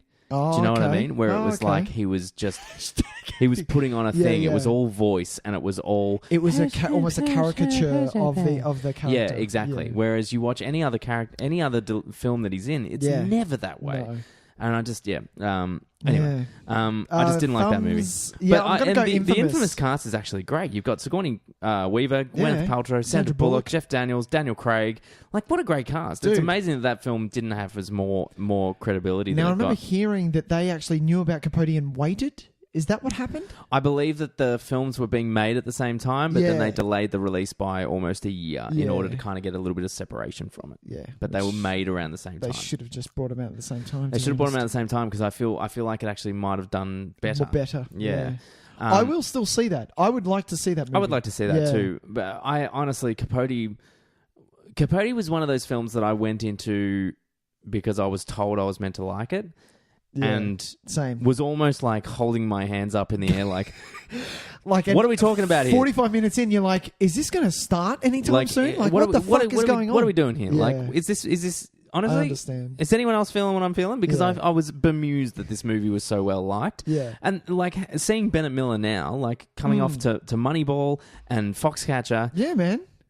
What I the fuck? I see this amazing filmmaker that I just did not see in Capote Yeah. at all. And I like that he's like, I like those movies that are a slow burn. Yeah, fuck yeah. It's Foxcatcher, got nothing man. to do with slowness. No. It's not that at all. No, it's just not. It's I just not, wasn't engaged Yeah. in any way, shape, I or don't know form. what's going on. And I was like, okay, well, it's just not for me, and that's fine. But it's like it's one of those movies that its prestige has always bemused me. I'm just kind of like, okay, whatever, man. I've just missed the Capote boat, and that's Yeah. totally fine. Yeah. So for me, this is a both lose.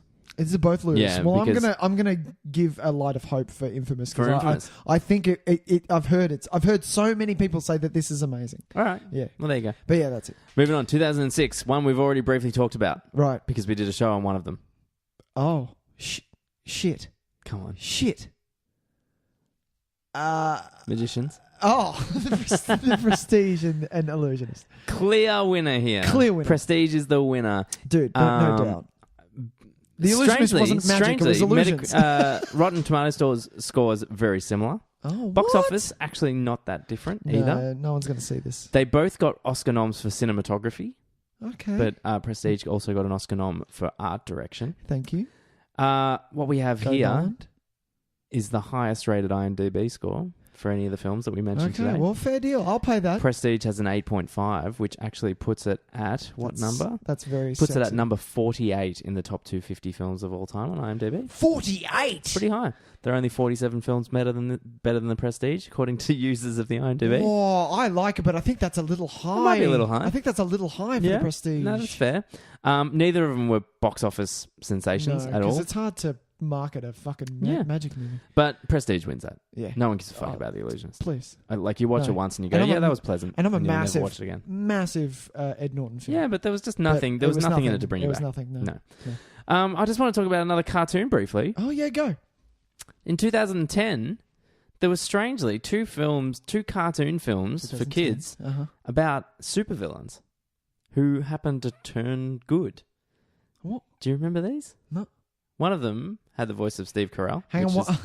which has now gone on to have many sequels. Megamind? Well, that was the other one. Oh, that was the with other Will one. Ferrell, yeah. Oh, okay. Megamind and The Birth of the Minions. Oh, God. Despicable Me.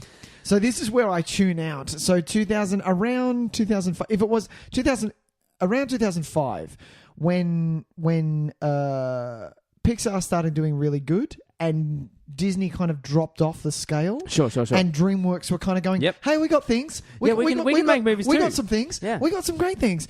This is the period where me as a 20-something went, you know what? I'm kind of over watching kids' movies. And if it wasn't Pixar, I didn't give it my time I of rarely day. watch kids' movies now if they're not. Which is why Despicable Me, fuck off. I have seen both these actually because this is one of the subject matters that I thought I could get involved in. I was like, you know what? If I'm going to watch one, this is a good one. Supervillains, kind of like exactly. What would it be like if supervillains had to find a heart and fight someone else? Like, Despicable Me. Go on. Oh my God. It is a hit. My God. Of course. But 250 mil this movie made. But this is a kids' movie. Like, I feel that kids' movies in box office have their own little section. They do, but you can't knock away from the fact that you can't this being made knock billions. 250 mil. Like, just in domestic. Like, add in the international audience, and that's out of control. Yeah. It was actually reviewed really well as well. I've seen both of these, and I think Despicable Me is quite an enjoyable kids film. Megamind, I do not think was very good at all. Sadly, though, because I think the cast of Megamind is better, because you got Will Ferrell, Brad Pitt, Tina Fey, Jonah Hill, Ben Stiller. That's just the kind of the top level. Okay. When you've got Steve Carell, Jason Segel, Kristen Wiig, who I love, Julie Andrews, like it's a bit kind of it's not the it's not the same caliber for me. I feel like they thought Megamind was going to be the big hit and the winner of this, and it turned out to be Despicable Me, and I think a lot of people went, really? Okay, was cool. it based on the Minions? Probably based because on the Minions. Minions. That is a sit around the table. What do they call that? Like a board meeting? No, but like a chuck in all ideas. Let's see what sticks to the wall. Oh yeah, that is an sort idea of like from this is from a think board, group. a think group that have gone. You know what? We are going to get kids in. Yeah. What can we talk? What can we make into a toy? What can we make into the back of a car? What can we make into all 100%. of these things? And look, and do you know what? After the first one, I was all for the Minions. I was like, they're cute, they're funny, they made me laugh. Sure. Now, I honestly cannot look at one without fucking wanting to stab myself. Exactly. So I watched Despicable Me. Don't get me wrong. My friend made me watch it, and I liked it. It's and funny, I was like, man. okay, There's that was some really good. cute moments in it. But unfortunately, no. Sorry, it doesn't. I haven't seen any of the sequels, and I don't think I ever will. Pass. But it is the winner of that situation because no one has ever heard of Megamind since. No. It's considered a failure, even though it did actually quite good money. Like really? Yeah. Like it made nearly 150 mil. Did better than Red Planet. Oh shit! And how much money did Red Planet put in, man? I could film something on my iPhone right now and put it out. It'd probably do better than Red Planet. All right, 2001. 2001. We have dueling sex comedies, casual sex comedies. 2001. Oh, okay. 2011. Okay. Sorry, did I say 2001? 2011. Dueling casual sex comedies. Both of them I haven't seen. One of them I want to watch because it has Mila Kunis in it. Yep. But I don't want to watch it as well because it has Justin Timberlake. And I know in it. you have a resistance to I hate him. JT as an actor. As an actor, yes. As an actor. Which I don't have. Yeah. So Friends with Benefits. That's one. And the other one is... Ashton Kutcher. Yep. And Natalie Portman. It's got such a generic movie name too. Like, I'm not going to remember this. No Strings Attached. No Strings Attached, thank you.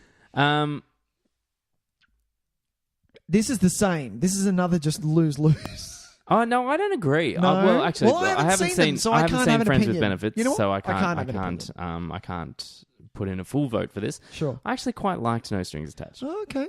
Yeah. So you've seen both, did you say? No, I haven't seen Friends with Benefits. Right, okay. Neither of them made fantastic money. They both opened pretty well, nearly 20 mil on their opening weekends, but they didn't make fantastic money from that. Friends with Benefit was reviewed like a heap better, like almost 30% better. And this is the same year. Same year. Wow. What's really interesting is the directors of these two movies, because they're both kind of pretty esteemed people. Really? No Strings Attached was directed by Ivan Reitman.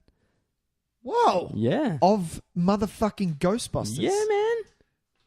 And no, Friends with Benefits was Will Gluck, who might not be a name to a lot of people, but he directed an absolute favourite of mine, Fired Up. And I did Easy A. And Easy A, yeah. Oh. So these are some good comedy pedigree. Okay. And both of these films no one really talks about anymore. No. No one gives a fuck about either of these films. No. They're, mid-sixes on IMDb. No one really thinks they're fantastic. I quite liked No Strings Attached. And at some point, I'm probably going to watch Friends with Benefits because why not? Bit of a sexy comedy with Is it JT and Mila Kunis. Mila Kunis. Can I say, was there a lot of sex in it though, Tyson? It's really. about sex. Yeah, but it's not more about the relationship and them getting together. It's not like end. It's not gratuitous or anything. Oh, okay. It's not like a TNA comedy kind of style. It's not like a Porky's kind of thing. Like fucking. Yeah. Well, all right. Votes on this one then. Which one still gets talked about? I'm going to give it to you because I haven't seen either. None of them get talked about. Yeah. This is a KO both ways. They both went for the punch and they both fucked it. They fucking lost. All right. So, hey, we're going to wrap it up, man. We've only got one more. Okay. And it's the last big one that we had on our 2013. We had Olympus Has Fallen and we had White House Down. Didn't watch either of them. Didn't watch either? No. Well, then it comes to me. I watched both. Go for it, Tys. So both these movies, unfortunately, were big flops. Right. They had Really? pretty great budgets, big-time budgets. That makes me smile. And neither of them... Actually, Olympus Had Fallen that probably met its budget, but White House Down was a big disappointment. Right. Roland Emmerich directing, so it was meant to be... Yeah. And the other... Olympus was... Olympus Has Fallen was also someone huge, yeah. Yeah, hang on. It was Roland Emmerich and... So these things should have... It was... it was Antoine Fuqua. Fuqua, that's right. Who I'm a bit hit or miss with. He can do some things good. I really liked The Equalizer. I think The Equalizer was really, really good. Man. And then I watch other ones like... but hang on a minute. Wasn't Tears of the Sun, and I'm like, this is fucking rubbish. Or the cowboy one the Western one that I watched, Magnificent Seven, which back was at the start really disappointing. Yeah. Anyway, so this didn't make really a lot of money. I'm gonna give this one to Olympus Has Fallen for one particular reason, because it was the first movie I'd watched in a very long time that was gleefully violent. Awesome, and I mean that in a Deadpool kind of way. The most kind of innocent action. way. Yeah. It made me want for old school 80s action again. Yeah, man. And for a movie to do that is pretty great, I think. And Olympus Has Fallen did that really well. White House Down was just pretty bad all around. Although I think Jamie Foxx and Channing Tatum had a much better kind of chemistry between the two of them. Oh, okay. But they were Who trying was to the achieve... president in the other one? Aaron Eckhart. Oh, Aaron Eckhart. Yeah. They were trying to achieve different things, though. This is the thing. Like, it was... White House Down had a much lighter tone. They were playing like buddy style off each other. Yeah. And that actually worked between the two of them. Whereas Olympus Has Fallen, there was no sense of humor to it whatsoever. It was a very different style of film. They were aiming for something completely different. Fair deal. So that's I think that might wrap us up, man. That might wrap us up? That might be... did we miss one? Oh, I'm just going over the list. Do you want to make... Is there anything that you want to make a little... Look, I had a few big ones, but mention? If we're gonna do them, just a quick mention. We're gonna do thumbs up, thumbs down. Okay, go. Or we're gonna go winner, loser. Okay, winner, loser. Yep. Hercules, The Legend of Hercules. Fuck off, no. Neither of them. Neither. I'm giving that one to Hercules, Brett Ratner's Hercules, because it's actually not a bad movie. Oh, Brett Ratner. Mirror, Mirror, Snow White and the Huntsman. Mirror, Mirror. Snow White and the Huntsman for Mirror, me, Mirror. man. No. Tarzan Singh, one of my favourite directors, who's still coming up. He's going to be awesome. He's yet to make his fucking masterpiece, but he's not far off. He's there.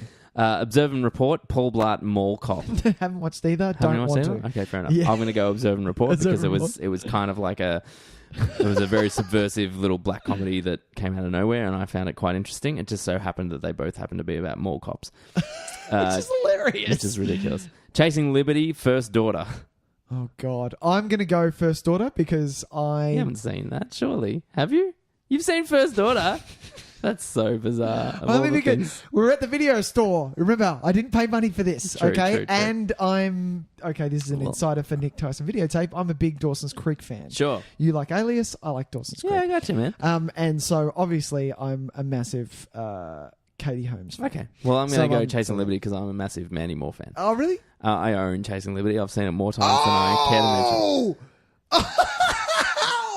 It's not a bad movie. That's like, it's actually hilarious. not a terrible movie. It's not a great movie by any stretch. It's got Mark Harmon. Fair deal. Any movie with Mark Harmon can't be bad. I'm sure that someone will prove me very wrong. Please do. Please prove me wrong, people. Well, that's going to wrap us up, man. I hope we didn't miss your favourite. Tell us your favourite because If we did, we'll definitely mention it if you know the criteria.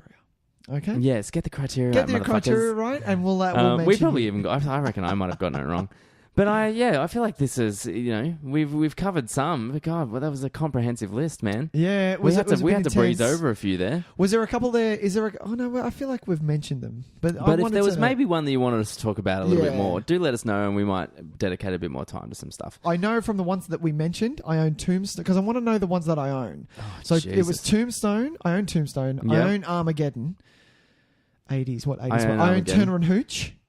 Robin Hood. I own Robin Robin Hood. Prince of Thieves. I own Yep. Tombstone. I own Wyatt Earp as well. I You own love Wyatt Earp. I actually really like Okay. Wyatt Earp. You just love a western. I've got Dante's Peak. You got Dante's I've got Peak? I've got A Bug's Life. I got Bugs Life. I've got Deep Impact and Armageddon. No, I got Armageddon. Chasing Liberty. That's it. 5. You've got Chasing Liberty. I own Chasing That's Liberty. That's hilarious. Oh, sure. Fair deal. All right. And Olympus Has Fallen I have on Blu-ray because fuck yeah I do. It's Because- great. No, leave it at that. Yeah. Because fuck yeah, I do. You can eat it, people. All right. Well, All right. hey, that's going to wrap up that conversation. Nice. I liked it. We're going to move on. Yeah. All right, let's cross some streams. Just shout out to those of you who have written into our mailbag this week. Yeah. We've run a little bit late with our conversation on twin movies, so we're gonna save up our mailbag for next week. Yeah, man. So it's gonna be a doozy next week. I We'll love open when it we up and drop explode. like really weighty mailbags. You know what I mean? Like when it's like, here we got fucking tons. we got a bunch. And that's going to be exciting next week for reasons that we will go into shortly. Totally. So thank you for those of you that did email us. Do not think that we are disregarding your correspondence. We're going to get to that next week. And to be honest, thank you everyone for writing all the verses about the twins thing. Thanks heaps. Yeah, that was awesome. That it was was so really great nice to to have have so all- many people I know we've said get it in before. touch. We need to say it again. Let's do some crossing streams. Streams Let's crossing. recommend some stuff. Do you want to Yeah. go first, Nick? I'd love to go first. Go for it, man. My crossing the streams is from Stan this week. Stan And the man. And I feel like it's been on there for a while, but I'm going to mention it anyway. I don't care. For those of you who haven't seen Hedwig and the Angry Inch, Oh, nice one. you need to see Hedwig and the Angry Inch. Yeah. I don't care if you like musicals, because it's not really your traditional musical It's not traditional in No. any way, shape, or form. at all, but you do need to see it. It's just the soundtrack is insane. John Cameron Mitchell, who stars, directs, and writes. Hat off to people who can do it. But yeah, I'm not going to go into the synopsis of Hedwig. I just think you should see it. You might know it from the musical fame. It does make the rounds. We have with the musical fame. What happens in the musical fame? Sorry. No. You might know it from its musical fame. Oh, Yeah. It's got nothing to do with I want to live forever. that's what you meant. I was like, what do you mean I that. might know it from the musical fame? What do you mean? Sorry, was that bad English on my part? No, it was like it was bad earring Sorry. on my part. Yeah. But you might know it from its musical, Hedwig. But it's only been in Australia once, I believe. If you live in Australia. I don't know. If you live in the States, if you live in New York, you might have seen John Cameron Mitchell keep doing it. I, unfortunately, when I was in New York last, I didn't get to see it because I am not a Glee Who do we have here? We had I'm not a Glee fan. Iota. We did have Iota, yeah. Yeah. And, yeah. I when I was in New York, I didn't see it. I did want to see it, but I didn't want to see it with a Glee cast member Which was as Hedwig. but wasn't it? Had I waited 2 weeks later, Tyson, I would have got Tay fucking Diggs. Oh, cool! Fuck me, That would have been would've fun. No, intense. the guy from Glee was good though, wasn't it? Unfortunately, I don't want to. Yeah, Okay. sorry. No, I'd that's rather okay. an unknown. Yeah, fair enough. Yeah. But yeah, it's on Stand, people. Hedwig and the Angry Inch. Yeah, it's very interesting. I Please must watch be it. I must be honest. The first time I watched it, I wasn't the biggest fan. Yeah, fair I think deal. I was a bit too green to kind of really appreciate it. Yeah. I've since come around on it, but it's not a movie I'll revisit often. Oh no, but it's beautiful to. But I think every it now is and lovely. then. It's challenging, and it's definitely not. It's not typical. It's not your. It's generic. not your breezy kind of piece of musical theatre. Of course It does require a little bit of. You have to be in the right kind of. Really? You have to be ready to be challenged, I think. Oh, I don't think so. I You think don't it's feel a that bit way of a about it? breeze. No, I don't like feel it. breezy I like at it. all. Really? About it. Yeah. But it has, like, some of the songs in it. Like, I know that me and my wife are going to make sure that "Origin of Love" is going to be a lullaby for our that's child. cute. Yeah, That's it's going to be awesome. very good. What's your pick, Tys? Well, it's a pick that I actually, strangely enough, mentioned earlier tonight when I was discussing something else. It just so happens that one of the films that I was mentioning in passing... Terminal Velocity? No. Imagine.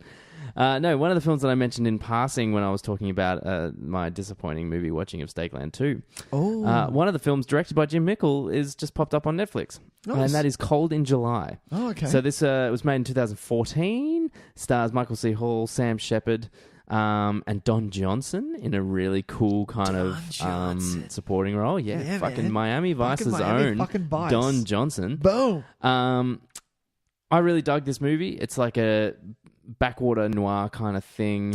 Okay. It's like a really great sense of atmosphere about it. I don't want to say too much about the plot because essentially You'll give it away the too first much. scene, it just basically kicks it straight off, and Awesome. it's better that you go in having no idea. Blind, yeah. I had no I idea. like that. I like that. I What's had it called zero again? idea. It's called Cold in July. Cold in July. I went in with no knowledge, only knowing that it was directed by Jim Mickle, and that was enough for me. Nice. If you like this movie, I recommend going and checking out the rest of his filmography because he's a really interesting director. He does things subtly, but with incredible craftsmanship. Right. And I really appreciate it because I when I watch his movies, like we talked about some of the kind of films that the directors that I'll always watch their films, like someone like Winding Refn, who You love him. I love him because Yeah. for me he's just so like my eyes just like swell up at what he does because He they are uses so visual beautiful. as a form of Whereas storytelling. Jim Mickle Yeah. for me is the kind of anti that. He's the director that can be so engaging with no glitz and glamour whatsoever. Right. It's just matter of fact, here it is, and he tells an exceptionally good story in that way. So it's it's good to have the kind of the yin and yangs of them, I guess. Really good movie. Really, really great. Nice. Goes places that you just don't expect. You're Yeah. watching it for half an hour and then suddenly it takes a turn. You're like, okay, well, it's this movie now. And then it takes another turn towards the end. You're like, all right, fuck, I'm watching this kind of movie now. It's all right. Awesome. Yeah, really, really great. And it's on Netflix. Yeah. Anyway, that's it for today, man. That's it for today, people. Yeah, it is.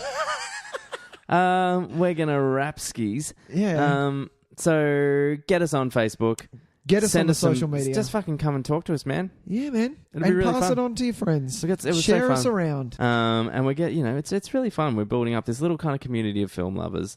man. And it's nice to know that so many people are as crazy as we are when it comes to the movies that they love. It's true. It's very true. So yeah, get us on iTunes, Our subscribe, opinions may like. be different. Yeah, of course. Our opinions may be vastly different, but hey, We're all in this together. we're all in this together, people. If you want to watch Ants, well, fuck me. Go it's for fine. it, man. Tell me all about it. I can't wait to talk to you about it. But yes, Yeah, so get us on iTunes, subscribe, rate, review, all that noise. please do. Stitcher, TuneIn Radio, YouTube. We're all over the place. We're all over the place. Email us, Facebook, Twitter. Just We're all on search there. Nick Tys and Videotape. You'll find us everywhere. Absolutely. Hey, Nick, we got some exciting news for next week. Oh, we do. We do. We are welcoming our second guest Second guest. into the Nick Tys Tys- and Videotape Fold. fold. Yeah, that's not Into the bad. nice That's fold. nice. Yeah, into the fold. The community, Yeah. the fold, Into the fray. into the fray. Once more into the fray, Once dear more friend. Into the fray, dear friend. It is my good friend Ben Linthart.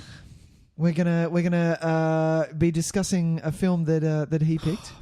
That you know we what? are livid. Oh man, I'm so excited. We Livid? can't wait. Doesn't livid mad mean that you're mad? That you're pissed off? Oh, it does.